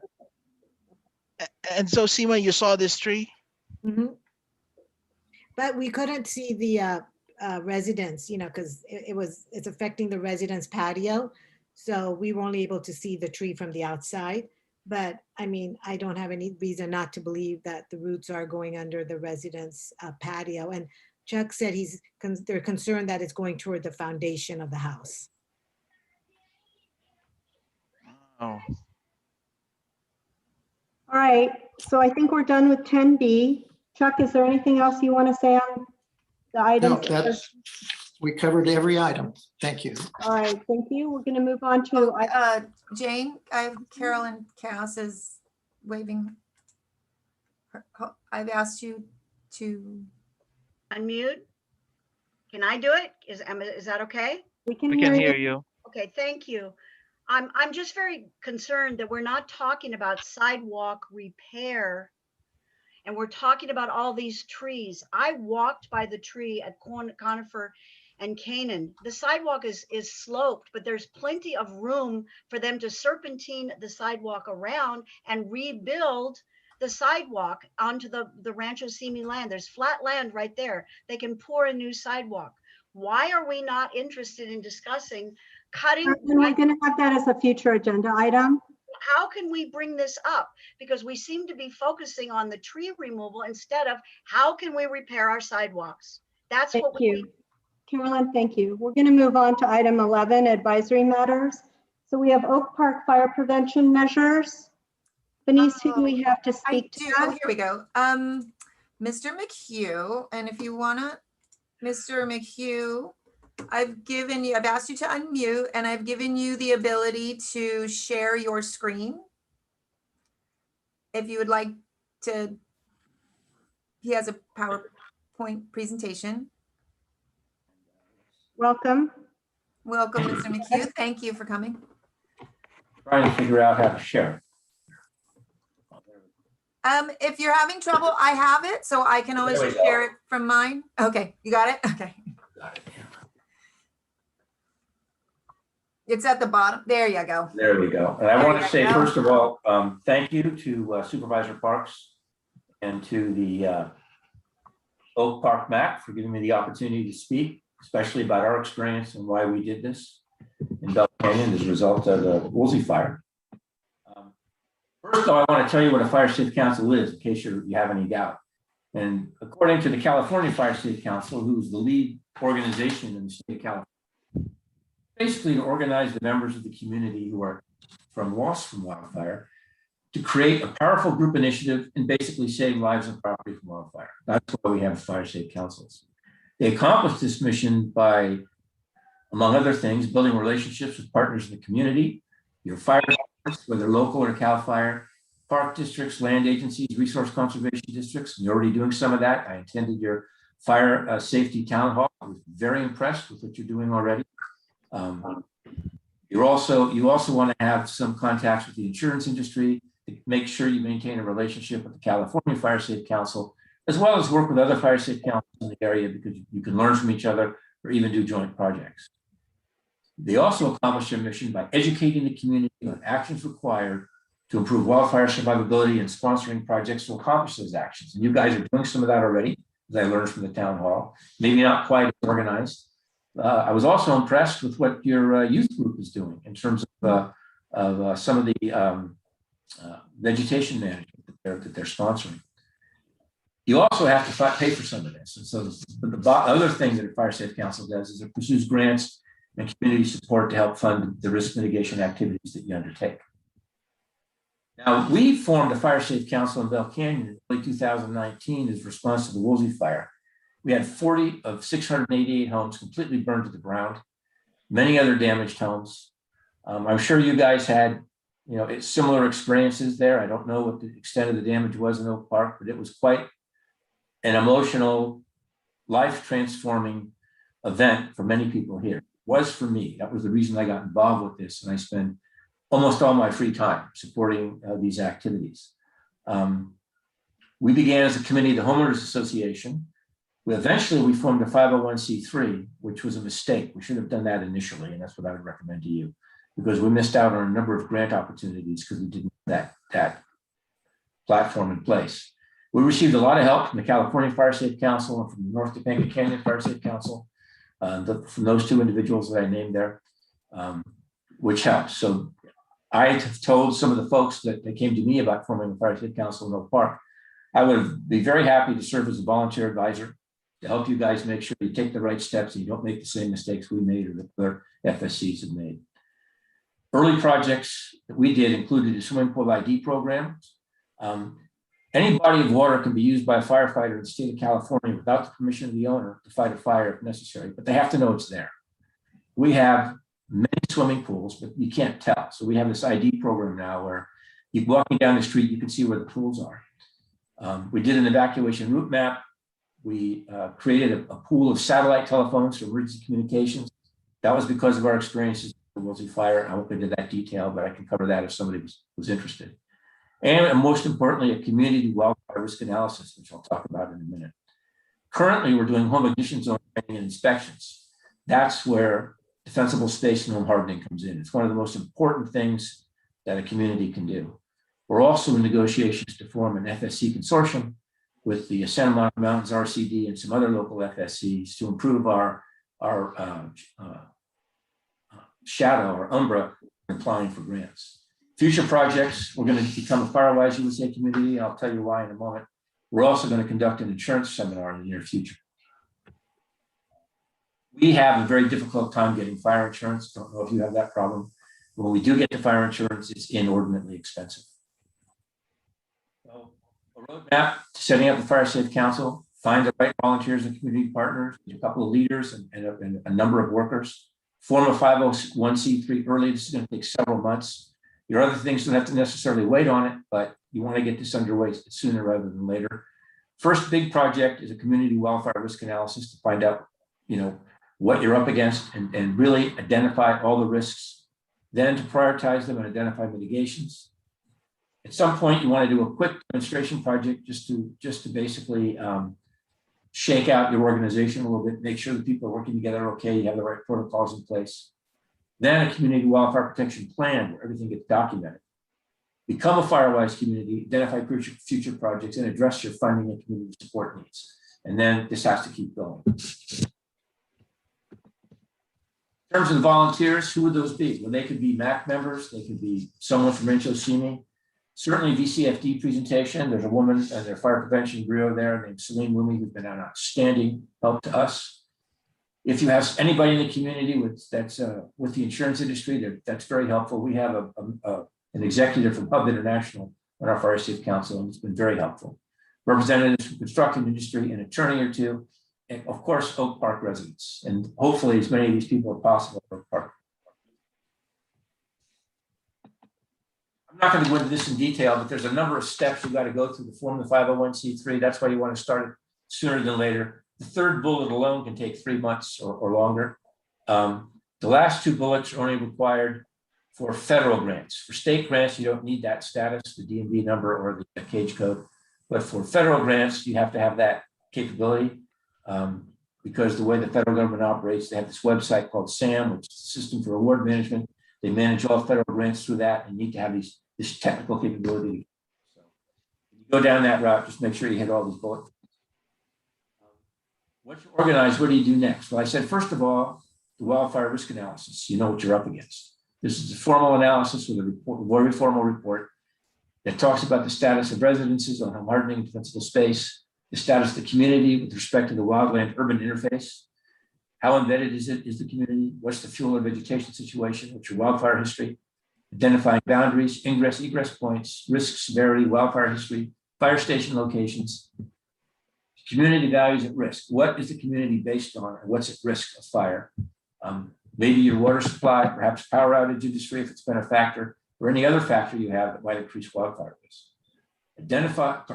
Prioritize those risks and identify mitigations. That's going to be used later on as you identify what you need to work on. And then conduct that demonstration project. Some small project you can do quickly, again, to shake out your organization. What is the Community Wildfire Protection Plan? It's a document that documents everything about your community with respect to wildfire, the risks, the topography, landscape, key infrastructure, your history, maps, firefighting resources, your collaboration with key partners. What are you doing with these partners and why? And then for every one of these other areas, the risk, priority, past projects, and future plans. It's kind of a document that tracks everything I've done, everything I'm going to do, and it's updated periodically. That's an important document so that you know where you are. It also is a document that's used in a lot of grant programs because they want to know if you have a CWPP and whether or not what you're asking money for is in the CWPP and what is its priority. Make sure that you've done your homework. We're recommending that you would also become a FireWise USA community. This may improve insurability. The gentleman from Hub International and our Fire Safety Council has indicated that outside California, FireWise communities generally enjoy better insurability and lower rates. Now, we don't know if that's going to be the case in California because there aren't that many. Actually, I only know of one FireWise USA community in California at this point. But we think that it's going to have a positive effect on insurability and fire insurance rates. So we're recommending doing that. We're going to start doing it. We should have started doing it a year ago because what they require for this, you're going to do anyway. You need an organized committee. That's a fire safety council. We do have to track volunteer hours for this. We're doing that. We're starting to do that. First step is conduct some kind of risk analysis. Do the CWRA. We've met that step. The next step is to develop a plan. CWPP qualifies. So if you go down this path, you're just leveraging the work you're going to be doing anyway. You do need to annually conduct education and risk reduction action, but you should be doing that anyway. You're doing it already. So you might as well take advantage of it. And finally, apply for recognition. Once you've got the documentation a year or two down the road, apply for it and get that designation and then maintain it. Can't guarantee it's going to help on the insurability side, but outside California, as we're banking that it will in California. Then look at possible future projects and activities. Certainly conduct a home ignition zone. This is the area that addresses home hardening and defensible space. It's based on science. It's been developed over the last 25 years, actually the last 35 years, by a gentleman, Jack Cohen, U.S. Forest Service, before he retired. Studied forest fires going back to the mid-1970s and asked the question, why did this house burn? Why did this house not burn? And that's now a program for the National Fire Protection Association. Now for home hardening, you want to prioritize homes constructed prior to July 2008, because that was the date that California adopted the Wildland Urban Interface Building Code and added it to California Building Code, Chapter 7A. Houses built since then should comply with many of the home hardening principles. They may or may not, but ones before then almost certainly don't. And you really need to focus on that, which is what we did, because 70% of the homes in Bell Canyon were constructed before this date. Certainly a vegetation and fuel management program, you're already doing that, partnering with the right agencies, your Costco or the Santa Monica Mountains RCD. A chipper program, if you want to do that, to provide mulch. We don't do that in Bell Canyon because we discourage the use of wood mulch as it's flammable. So instead we have collection days twice a year. All clippings can be collected. If you're trimming your trees, they'll be collected and disposed of professionally, but not inside Bell Canyon. Maintain your FireWise community status. Maintain a strong relationship with the California State Council and participate with other local fire safety councils and your resource conservation district. I'm working now advising 2 other localities on their formation of fire safety councils, the Chatsworth Lake Manor, Box Canyon area up north of us, which is where some of the Woolsey fire took place as well, already has a 501c3 for conservation, and they're going to expand it. As well as Calabasas is now forming the Fire Safety Council. The last thing you need to address is funding and sustainability. You have to be sustainable. You can't build this and go along for a year or two and fold. Unfortunately, that happens. It's not uncommon for that to happen with Fire Safety Council. If you want to maintain that sustainability, you have to have community support. Grants are great, but going from grant to grant is difficult. So you need to have some kind of community support. One I mentioned in the Chatsworth Box Canyon area, they've already got community support, so they're in pretty good shape. They're extending what they're going to be doing. Calabasas is lucky. They're inside a municipality. That municipality provided them a $25,000 grant to get started. And I'm sure they'll get additional funding. We don't have a municipality, so we don't get municipal support. We do get grants, we do obtain grants, and we do community support as well as in-kind support from the community. So with that, I hope I haven't gone through quick. too quickly. This is just a snapshot. But I'm happy to answer questions. And as I said, I've offered to the group that I was talking to be a volunteer advisor if you choose to support or to create a fire safe council. I certainly hope you do, because your community is right in the middle of the wildfire paths. I'm sure when you look at the history, you're going to see going back 100 years of fires in that area. Really need to organize. Very much for the opportunity. Excellent presentation, Greg. Thank you so much. Supervisor Parks, did you want to speak to this before we open it up to the board?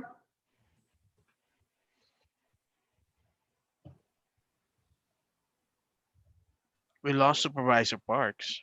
Maybe she stepped away. JL, did you comment? Yes, I have a question, Mr. McHugh. I didn't get your introduction. Are you from what agency are you from? I'm sorry. I'm the chairman of the board for the Bell Canyon Fire Safety Council. Oh, okay. I'm the person that primarily founded it. He's a resident of Bell I'm Canyon. a resident of Bell Canyon. That's correct. I'm retired. This became my mission after the Woolsey fire. I see. Oh, and yeah, thank you very much for your presentation. I think Oak Park really needs something similar. How long have you been? When did you start your council? We started early 2019. I don't remember the month. I think it was probably February or March. Okay. As a committee of the HOA, because we had an HOA to support it. Unfortunately, it doesn't work. HOAs are 501c4s. They are able to go after some grants, but not all grants. Yes. Able to avail yourself of every possible funding source from a grant perspective. You really need to be a 501c3.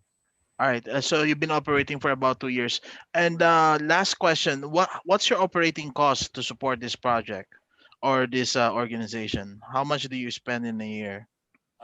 First year we spent $25,000. This year we're going to spend $37,000 on home ignition zone training, and we have another $13,000 to spend on basically capacity. And we're going to apply for additional grants for other things.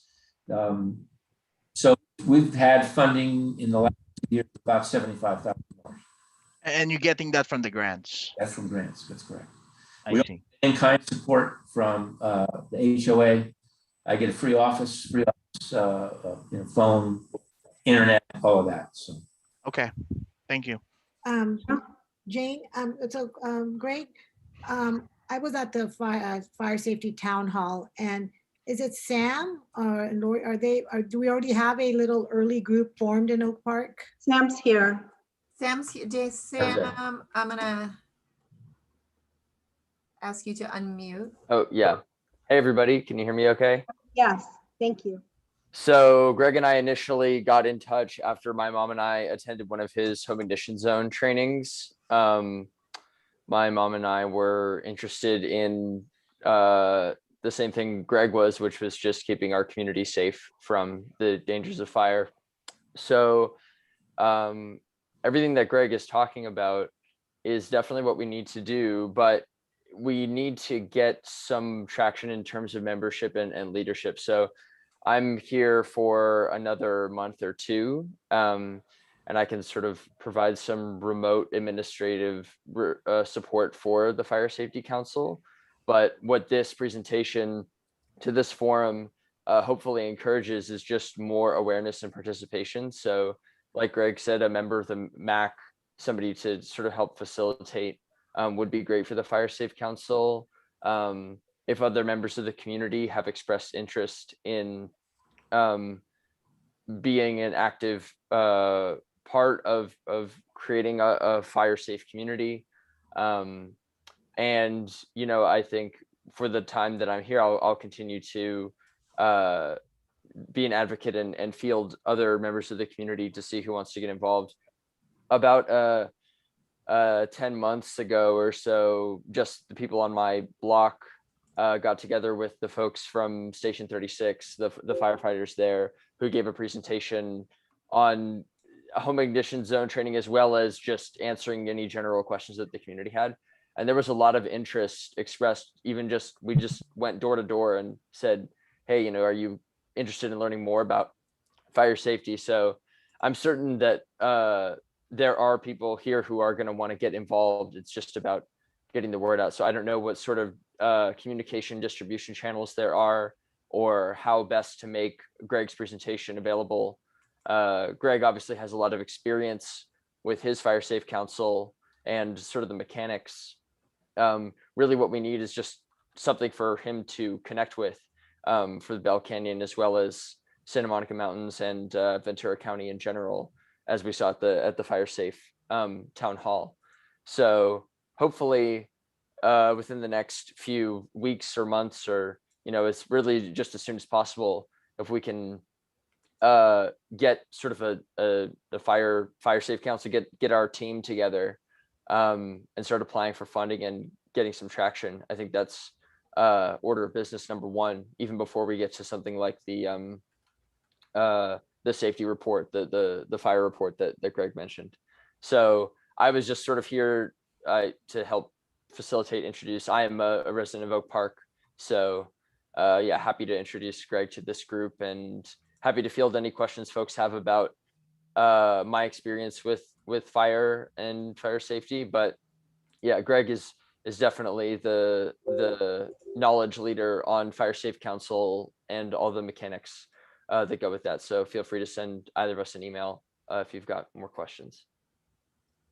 Thank you, Sam. So do we have, Lori also wants to speak on the fire safety issue? She's mute. Oh, hi, can you hear me? Yes, we can. Hi. Yeah, I mean, I think Sam summed up our joint position on this, and I just texted him and said, tell them I'm happy to be a foot soldier, should this come to fruition. But really, Sam and Greg have been working on this together, and we had a house across the street burn. So this is near and dear to our heart, as it is to everyone else, I'm sure, in Oak Park. So I can tell you, I live on Churchwood. We lost 8 homes. oh, wow. Yeah. So fire season is, yeah. yeah. Fire season is always, apparently, said Station 36. So thank you, Lori, for showing up and saying that you'll help us. Is there anybody else, Denise, that wants to speak on this topic? I see 11A? my hands raised, or no. I'm not sure who VL is, but I think the Cohen said that they're speaking on 11B. Mm-hmm. So Jane, can we start like an email distribution list about this so that people who are interested, I don't know. I'd really like to hear from Supervisor Parks, because she Yeah. kicked off the meeting. I did just text her, but I think she must have either stepped away and might be on the phone. So it does Sam or Lori have an email list going already? Sam, speak up. Wait. Sam is muted, Denise. Sorry. Yeah, sorry, I remuted myself. Yeah, I've got the initial email list just from the folks on Buttonwood and Peregrine and Basswood and Smoke Tree who were who expressed interest. So that'll be a good place to start. How many members is that potentially, Sam?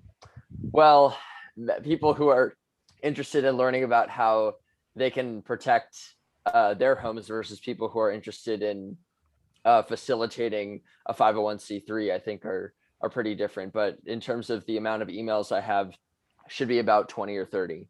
So hopefully that'll be a good, and people will know people. So hopefully word will spread.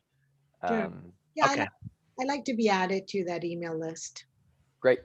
I would like to be added to that as well. So the question for Supervisor Parks, Ms. Chairman, is that how can we be involved in the creation of 501c3 and how to support this? So I think that's something I like to get answered. I believe the MAC. Yeah, and I did just text her that, but I believe the Fire Safe Council would be a separate entity. But certainly the MAC could support as much. And what I do want to know, and I'll follow up, is, I don't know, I think probably only two. I have to know, as far as a quorum, how many can actually be involved. Like Yes, actively. I that's mean, also obviously, very important yeah. to know. So that's another question. I'll get answered for you. So, And if we can allocate funding to it, if ever if that is also a possibility. So that would be, Chuck, are you still here? He's here. Muted. Budget Yeah. issue, right? Yeah, he might have. There's Chuck. I'm still here, yes. Hi. Hi. Um, Pardon me. It would certainly be something that we could look at for next year. This Yeah. year's budget's already been approved, correct. and that was not part of the budget. Although we have some miscellaneous petty cash fund, right? Yes, but they're usually characterized as emergency funds. Okay. All right, got it. I have nothing Okay, further. thank you. Thank you very much, Sam, Lori, and Greg. Thank you. Okay, we're going to move on to 11B, additional landscape requests in common area by Golden Eagle. Are the Cohens speaking to this, or is there anything else? Actually, Chuck, did you want to start this off, or do you want to have the Cohen started off? Oh, yeah, I'm back. They can go ahead and start it off. I have no report on that. Okay, so I've unmuted you, Sherry. Thank you. My name's Victor Cohen. This is Sherry Cohen. We're here to talk about landscaping in the vicinity of Sterling Oaks Court. Can you speak up just a little bit? It's kind of the, it's, Victor, we can't yes, hear you. we can't. Is the gain too low? Can you hear me better now? It's Yeah. better, yes. Very good. So Thank we're you. here to talk about landscaping in the vicinity of Sterling Oaks Court. We're very, very happy to address the MAC, Supervisor Parks, all the other people involved in this committee, the volunteers, and it's a very nice opportunity for us. What happens, we've been living in this house for 26 years, and we have an easement to the county on the corner of Golden Eagle and Lindero Canyon Road. And the landscaping in that easement has been a disaster for decades. We have not been able to get it repaired in some time.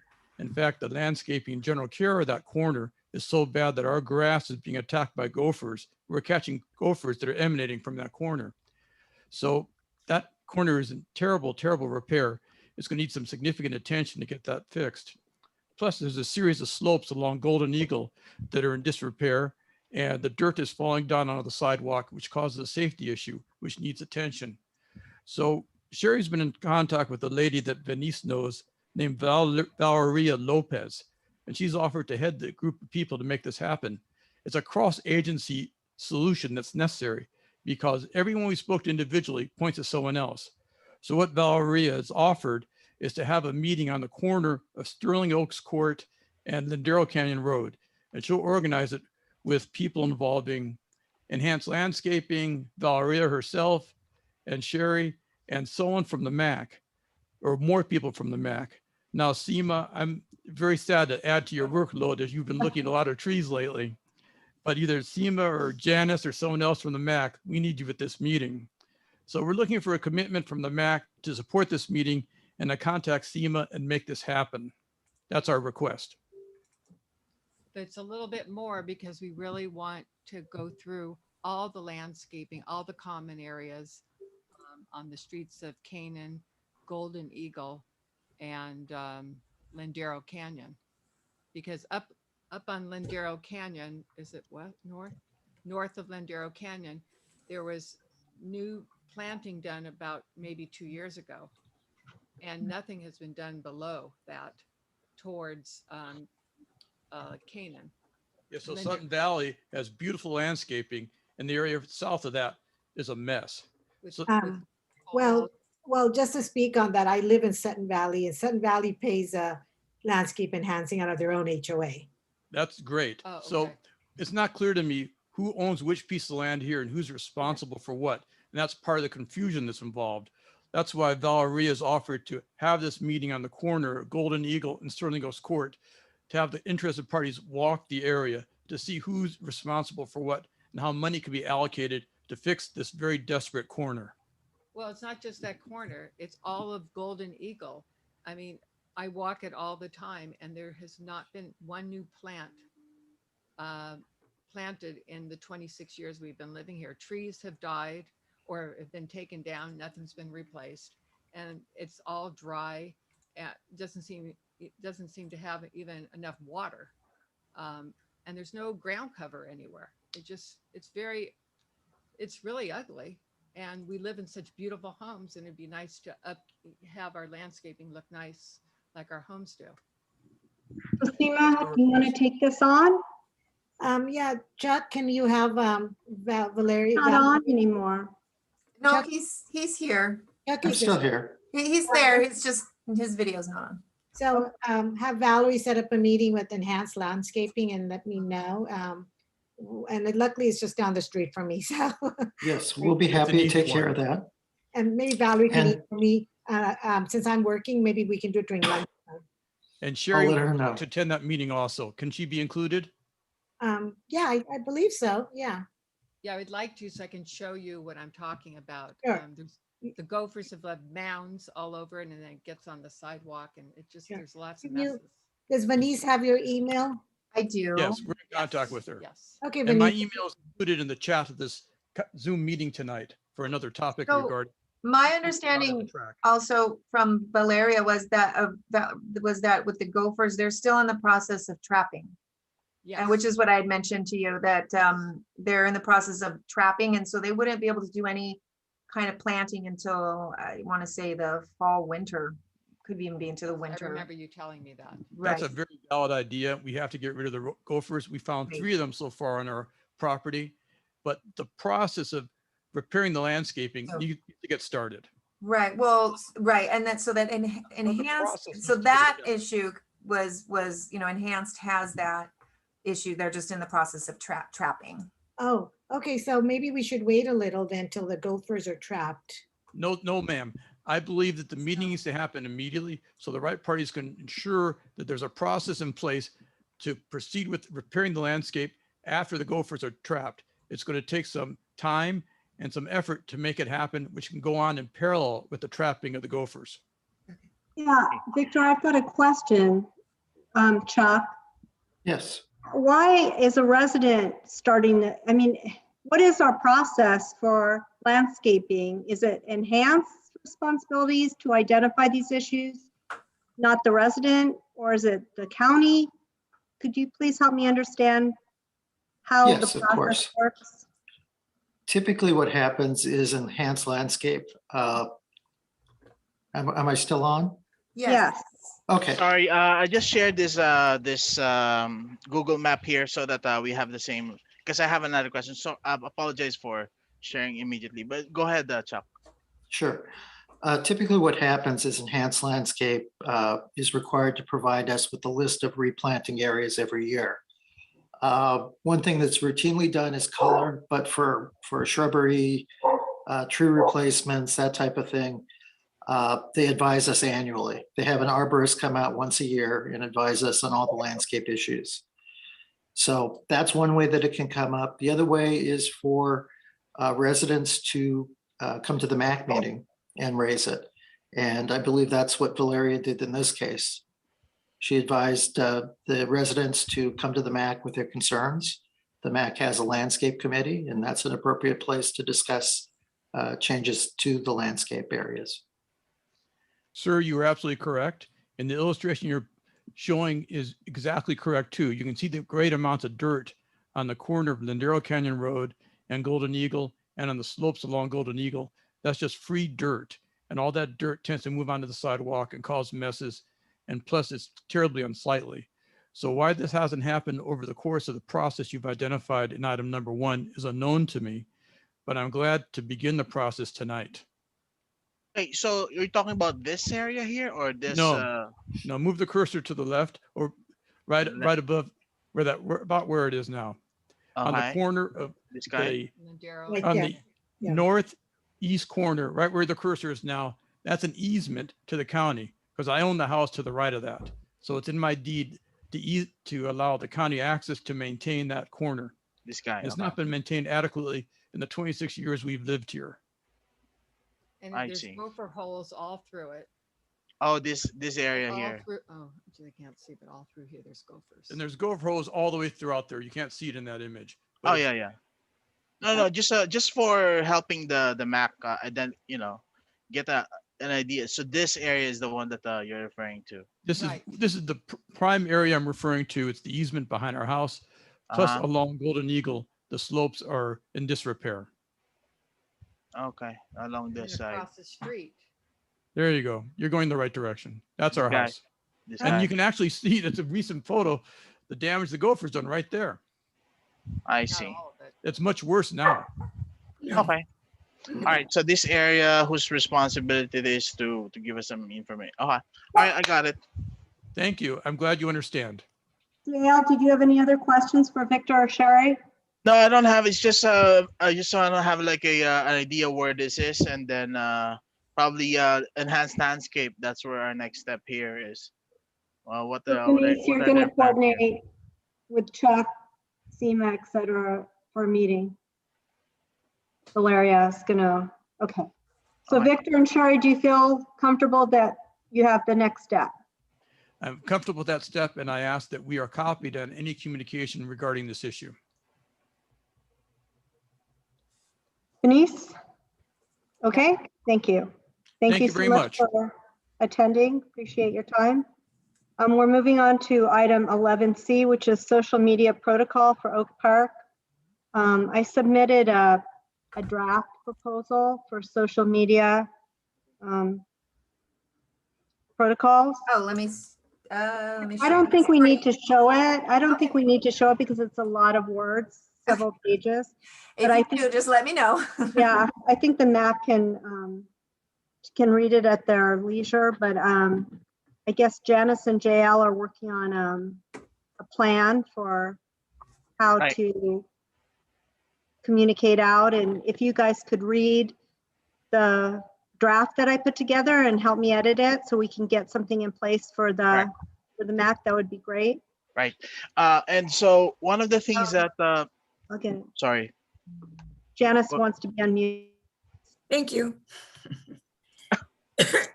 Yeah, I read through it and I have started making my comments.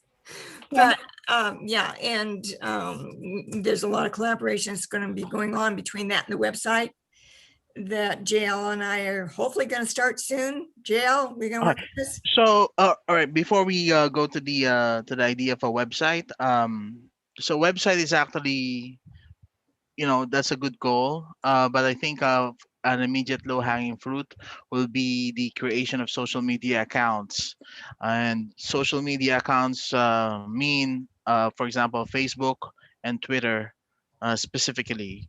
And so, in order to create accounts in Facebook and Twitter, we need to have an email address, and the email address needs to be not anybody's email address. It needs to be an official email address from from the county, or I don't know how you guys want to address that, because this email address means that somebody needs to, if somebody emails that email address, it needs they either broadcast it to all MAC members, or somebody's responsible for looking at it. Supervisor Parks, did you want to say something? Yeah, there are concerns that I have regarding this. No county citizen committee has an official social media account. It's not advised due to many issues, and I can point out those issues. We had one committee try, and it became quite an issue, and the committee doesn't exist anymore. But as you know, there are probably 24 citizen committees throughout the county. Here are some examples of issues that can arise because you are elected. One elected official of a board cannot comment on a social media post of another elected official from that board. So if Supervisor Kelly Long posts something, I can't comment on it because it gets into issues of the Brown Act. Also, the MAC are elected officials, and social media posts can be considered electioneering by providing name recognition. If it were, for example, you can't do a mass mailing with your name on it.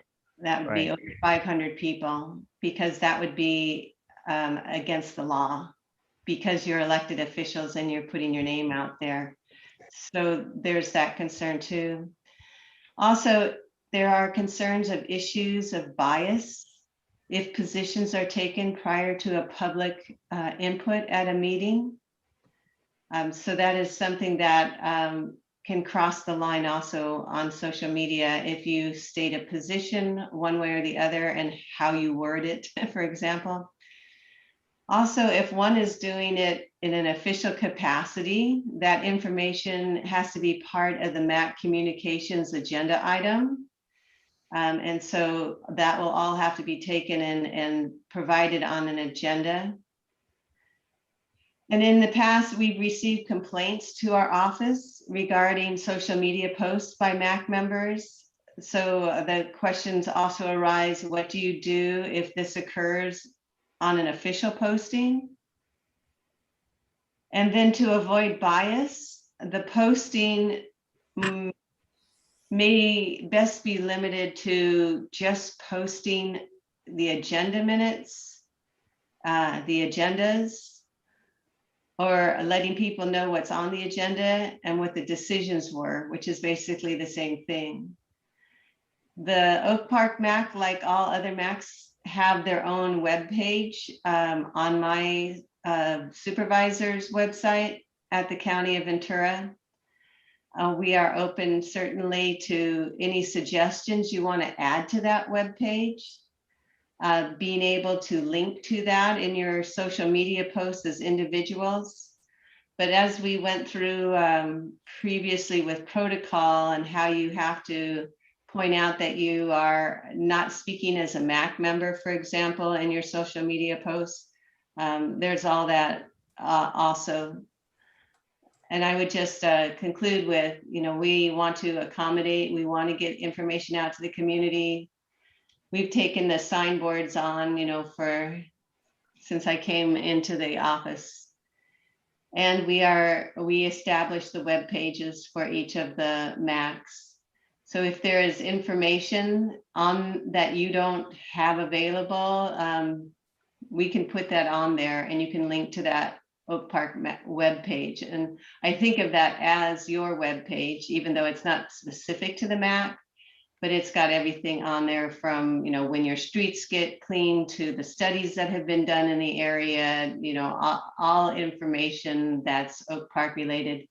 There was there's, I guess, been a couple of websites, Oak Park Now and an Oak Park Update, or, in the past. They failed to keep things updated. They started advertisements. I mean, there were different issues that crept up with those two. So it is a chore to keep a website up and going. And then also the idea that we have a PIO, a public information officer. That's our county, lead. The sheriff's department has their PIO, different organizations, departments of the county, the Public Works Agency has their own PIO. And they have, social media they do, but we don't have any citizen advisory committees that are doing that. It is, as was talked about earlier, precedent setting. And there are, I just listed a half dozen things that become legal issues with that. So just throwing that out, that I don't advise it. It would be, it would cost some resources to get attorney power on all of this to help these uncharted waters. And I don't think it is a good use of our county attorneys, when it would be better that you make your adjustments to the webpage that we already have for Oak Park. Okay, so I agree with you, Supervisor Parks, about posting personal positions, etc., regarding politics. But actually, the idea that I want to have a specific social media account for Oak Park is more of like a modern way of communicating to the citizens and to the homeowners of Oak Park. So, as an example, because I've been researching on this. So this, can you see my screen? So this is a municipal advisory council in Fairview. And so it's basically an announcement board. It's an announcement board for the Mac, wherein they post whatever you're posting in the website. This is an additional way for people to get the communication, because if you go to your website, to our website rather, they are not subscribed to it. And people live in social media. There's Facebook, there is Twitter. They're accustomed to receiving information from the social media accounts. And so the advantage is, because they have accounts on Facebook and Twitter. If there's any announcement, it goes into their phone. They don't need to go to the website to check for that information. And so if you look at this municipal advisory council, it's basically sharing their meetings, the agenda, and things of that nature. And you can even control whether you want some people to comment or not. And so this is another, the bottom line is this is a way for us to communicate better to our constituents. This has, it looks a lot of, obviously we have our Zoom meetings on ours also, and we have the agendas and all of that. But understanding it is it's not a push, it's a website. And if you wanted to do something like this and avoid all the issues that I pointed out to you, I would suggest that you hire someone, that someone is hired to do this. I don't have the staffing this. When I came on the MAC, the MAC used to have someone administer it, do all the minutes, do all the agendas and all of that. That was all paid for out of the CSA. And I took that responsibility on and hired a staff, had my staff take care of that. But something like this, I don't think having a MAC member do it is as legally, safe as having someone administer it for you. Then it wouldn't have all those issues that I mentioned. Yes, that is correct. That's why actually I mentioned it earlier that we need to create a new account, a new email to establish this, because it cannot be coming from me or to Janice or to anyone from the MAC member. It needs to be a generic account that will be posting this. Yeah, point taken on that. Right, and it's not so much the generic account, it is who is going to oversee it. And it wouldn't be a MAC member. It would be someone that is hired to do that. And pay for it. It's not funded today, It would come out of the CSA. which Chuck said is not in the budget. Then you don't have to worry about the potential of bias, and you don't have to worry about the potential of electioneering and also worrying about things becoming stale because someone's on vacation or something. Right. It allows you, I think, to avoid the issue of bias and electioneering and the Brown Act violations and the communications on your MAC agenda. All those kind of things, I think, can be better served if the MAC itself doesn't run it. So Supervisor Parks, do you recommend that this go for discussion for next year for the budget? It is something that we'll have to find out how much, that's going to cost you to have someone run it. I mean, I'm with a nonprofit that hires a company to do the social media posts, and, it's thousands of dollars annually, but, you've got a budget, so you can determine that. And I would also say that we have Venice has got and before her jam, you'd have a good group of people already knowing where to go for information on our website. So, you have, do you know how big that list is, Denise? The email distribution list is a little over 100. Mhm.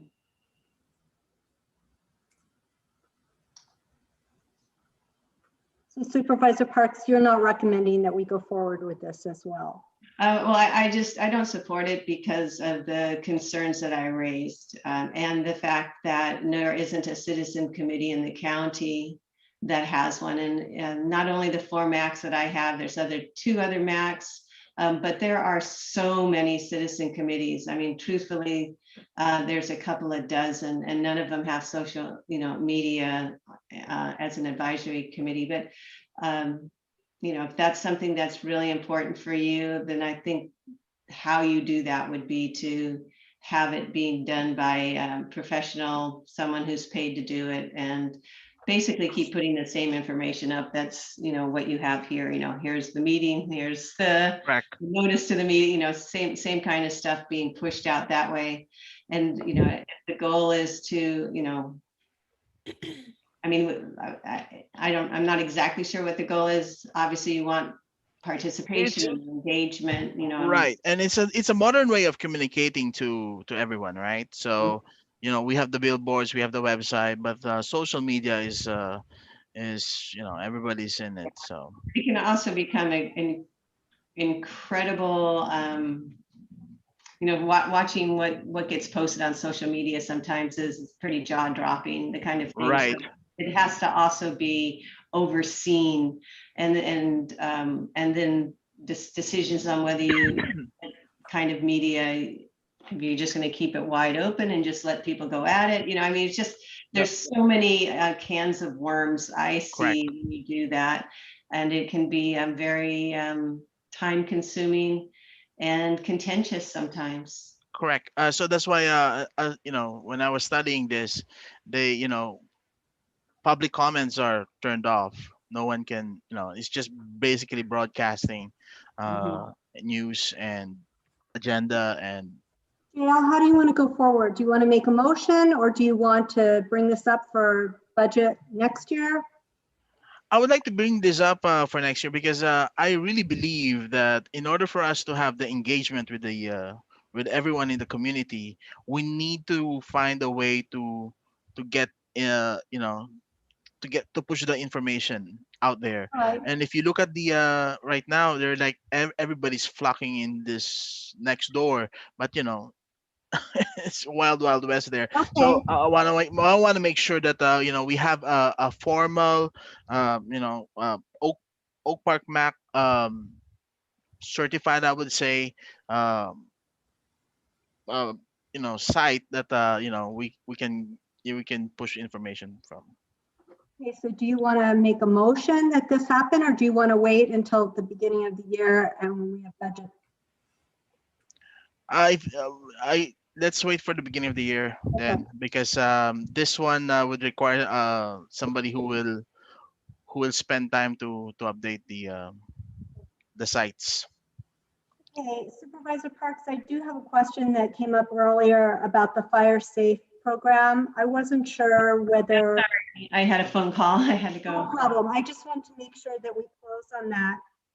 Sam and Sam's off now, but just wanted to know what our next step is on that. Is that something that you're going to lead, or is that something that the MAC should do? Neither, because a fire safe council is a nonprofit separate entity, an NGO, if you will. It's a separate entity. It's not a government agency. It's so the MAC meetings, for example, can't be fire safe council meetings. MAC members want to serve on the fire safe council. That's great, but it is a very, separate. It's not a part of the county government, which you guys are. But you can certainly participate, kind of like the community foundation out there in Oak Park. You can certainly serve on that and participate. And that actually, may be a good springboard also, because they already exist as a nonprofit. But I've started a couple of fire safe councils, the one in Ventura Park is, they still haven't gotten really geared up and getting grants yet, but I know you have someone gung ho from Bell Canyon that can assist you. So you have that opportunity. Can we But- have more than 2 MAC members be part of the council, or is there a limit? Because I'm pretty sure you can have more than 2 because it's not specific to the MAC, but we can confirm that, but I'm pretty sure all of you could serve on the community foundation together. You just can't talk about MAC business, for example, but we'll find out for you. But yeah, you can't use your MAC meetings for it. But I think it's wonderful that 2 of you have decided that you want to participate on it. Your leadership will certainly help move it forward. And then I have final, can we add a future agenda item to talk about next before we adjourn today, Supervisor Parks? Yes, you can have an agenda item to at least, get back information about the separation of Fire Safe Council and MAC, kind of like church and state. We'll get that for you. Okay, and then we also wanted to do a future agenda item on the landscaping finesse. I can't remember, and Yeah, also on the trees. You've got a big list of items, don't you? I've listed some too. I have the arborist report and Janet's letter. Also, you can make the committee, the landscape committee larger, or whoever, just to look at appointments to the landscape committee, and then also landscape protocol. And then looking at the counter arborist report, looking at that arborist report. And then also the RSRPD tree. You wanted to have that discussion too. That's what I've got on my list, as well as now the Fire Safe Council. And also, did you want to move forward with the Cohen's? Well, I'll get the meeting set up first. Yeah, and whether we have to bring that back as an agenda item to the MAC. I think that's just something as it's something they're asking for the committee, the landscape committee, to participate in. So that seems like something you don't need it to be a MAC agenda item. That's a normal function of the landscape committee. Right, I'll just coordinate the meeting. Sure. If you need to, however that works. Chair and Carolyn Cass-Barton has a comment. Okay, go ahead, Carolyn. We're wrapping up. I've asked you to unmute. I'm not sure how to address sidewalk repair issues and looking at alternatives for sidewalk repair rather than tree removal. How do we put that on the agenda to get, because I don't understand how the process works within the county. So can we address strictly the sidewalk grinding companies and the concrete pouring companies and repairing sidewalks instead of tree removal and arborist opinions? How do we do that? Okay, let's make that a separate agenda item of just tree sidewalk issues. And as I said, I've got a kind of a bit of a moratorium for until. Thank you, Linda. Yeah, until mid-August, and I think that would be a part of why we have the moratorium for that period of time. And if it turns out that there's all of a sudden a strong urge after mid-August to go ahead and cut down trees, before I allow that to happen, we would have a separate MAC meeting. I'll bring the MAC meeting back early in August if they are desirous of cutting them down in August. But hopefully they can wait until the next MAC meeting and we can have a more thorough discussion. Well, a discussion on how why they can't repair sidewalks. That's what I want to understand. Carolyn, we got it. Thank you so much for your help. That's bringing the topic up. Supervisor Parks, I have a question. Have we ever gotten the research the difference in cost of cutting down trees versus doing sidewalks? Have we ever compared the costs? not specific, I'm sure that they have done that cost analysis, but a cost that I was thinking of too is, what is the cost of a mature tree versus a slab of sidewalk?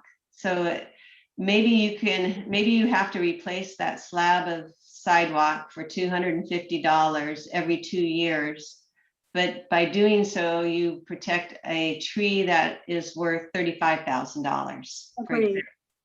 So, there is that cost that I don't think they look at, is what's the cost of a mature tree and the loss of that. But let's save that for the discussion. And Carolyn, you're absolutely right. That should be on the agenda also, because that is the issues that we're talking about with the tree reports and all that. So it may be one more larger umbrella topic that's specific to, the removal of the trees, because they're basically because of sidewalk issues. The ones that we're talking about, right? Okay, I'd like to adjourn the meeting at 9:17. Thank you, everybody, for your time. And Denise, are we having the next meeting in person in September? Is that the plan? We're not having it in August?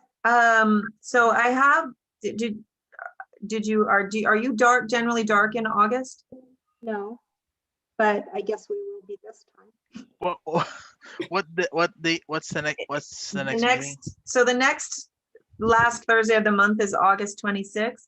Oh, Or if you're dark, then the next one would be September 30th. I think we should do it August 26th, right?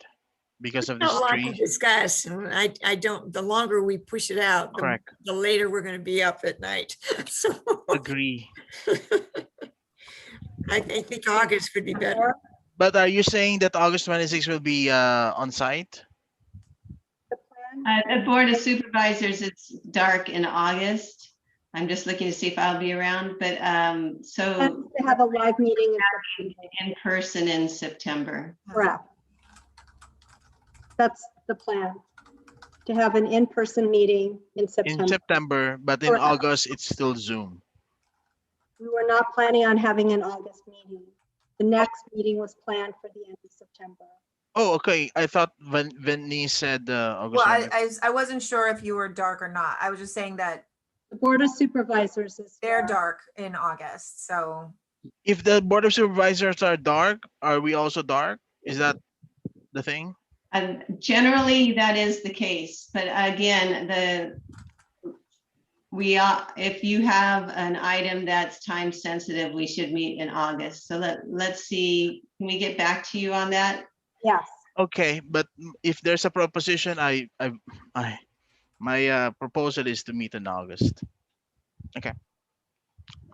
All right, we've adjourned at 9:17. Thank you, everybody, for Thank your you. time. And thank Bye. you. Vinny. Bye-bye. Supervisor Parks. Thank you. Thank you. Thank you. Thank you. thank you.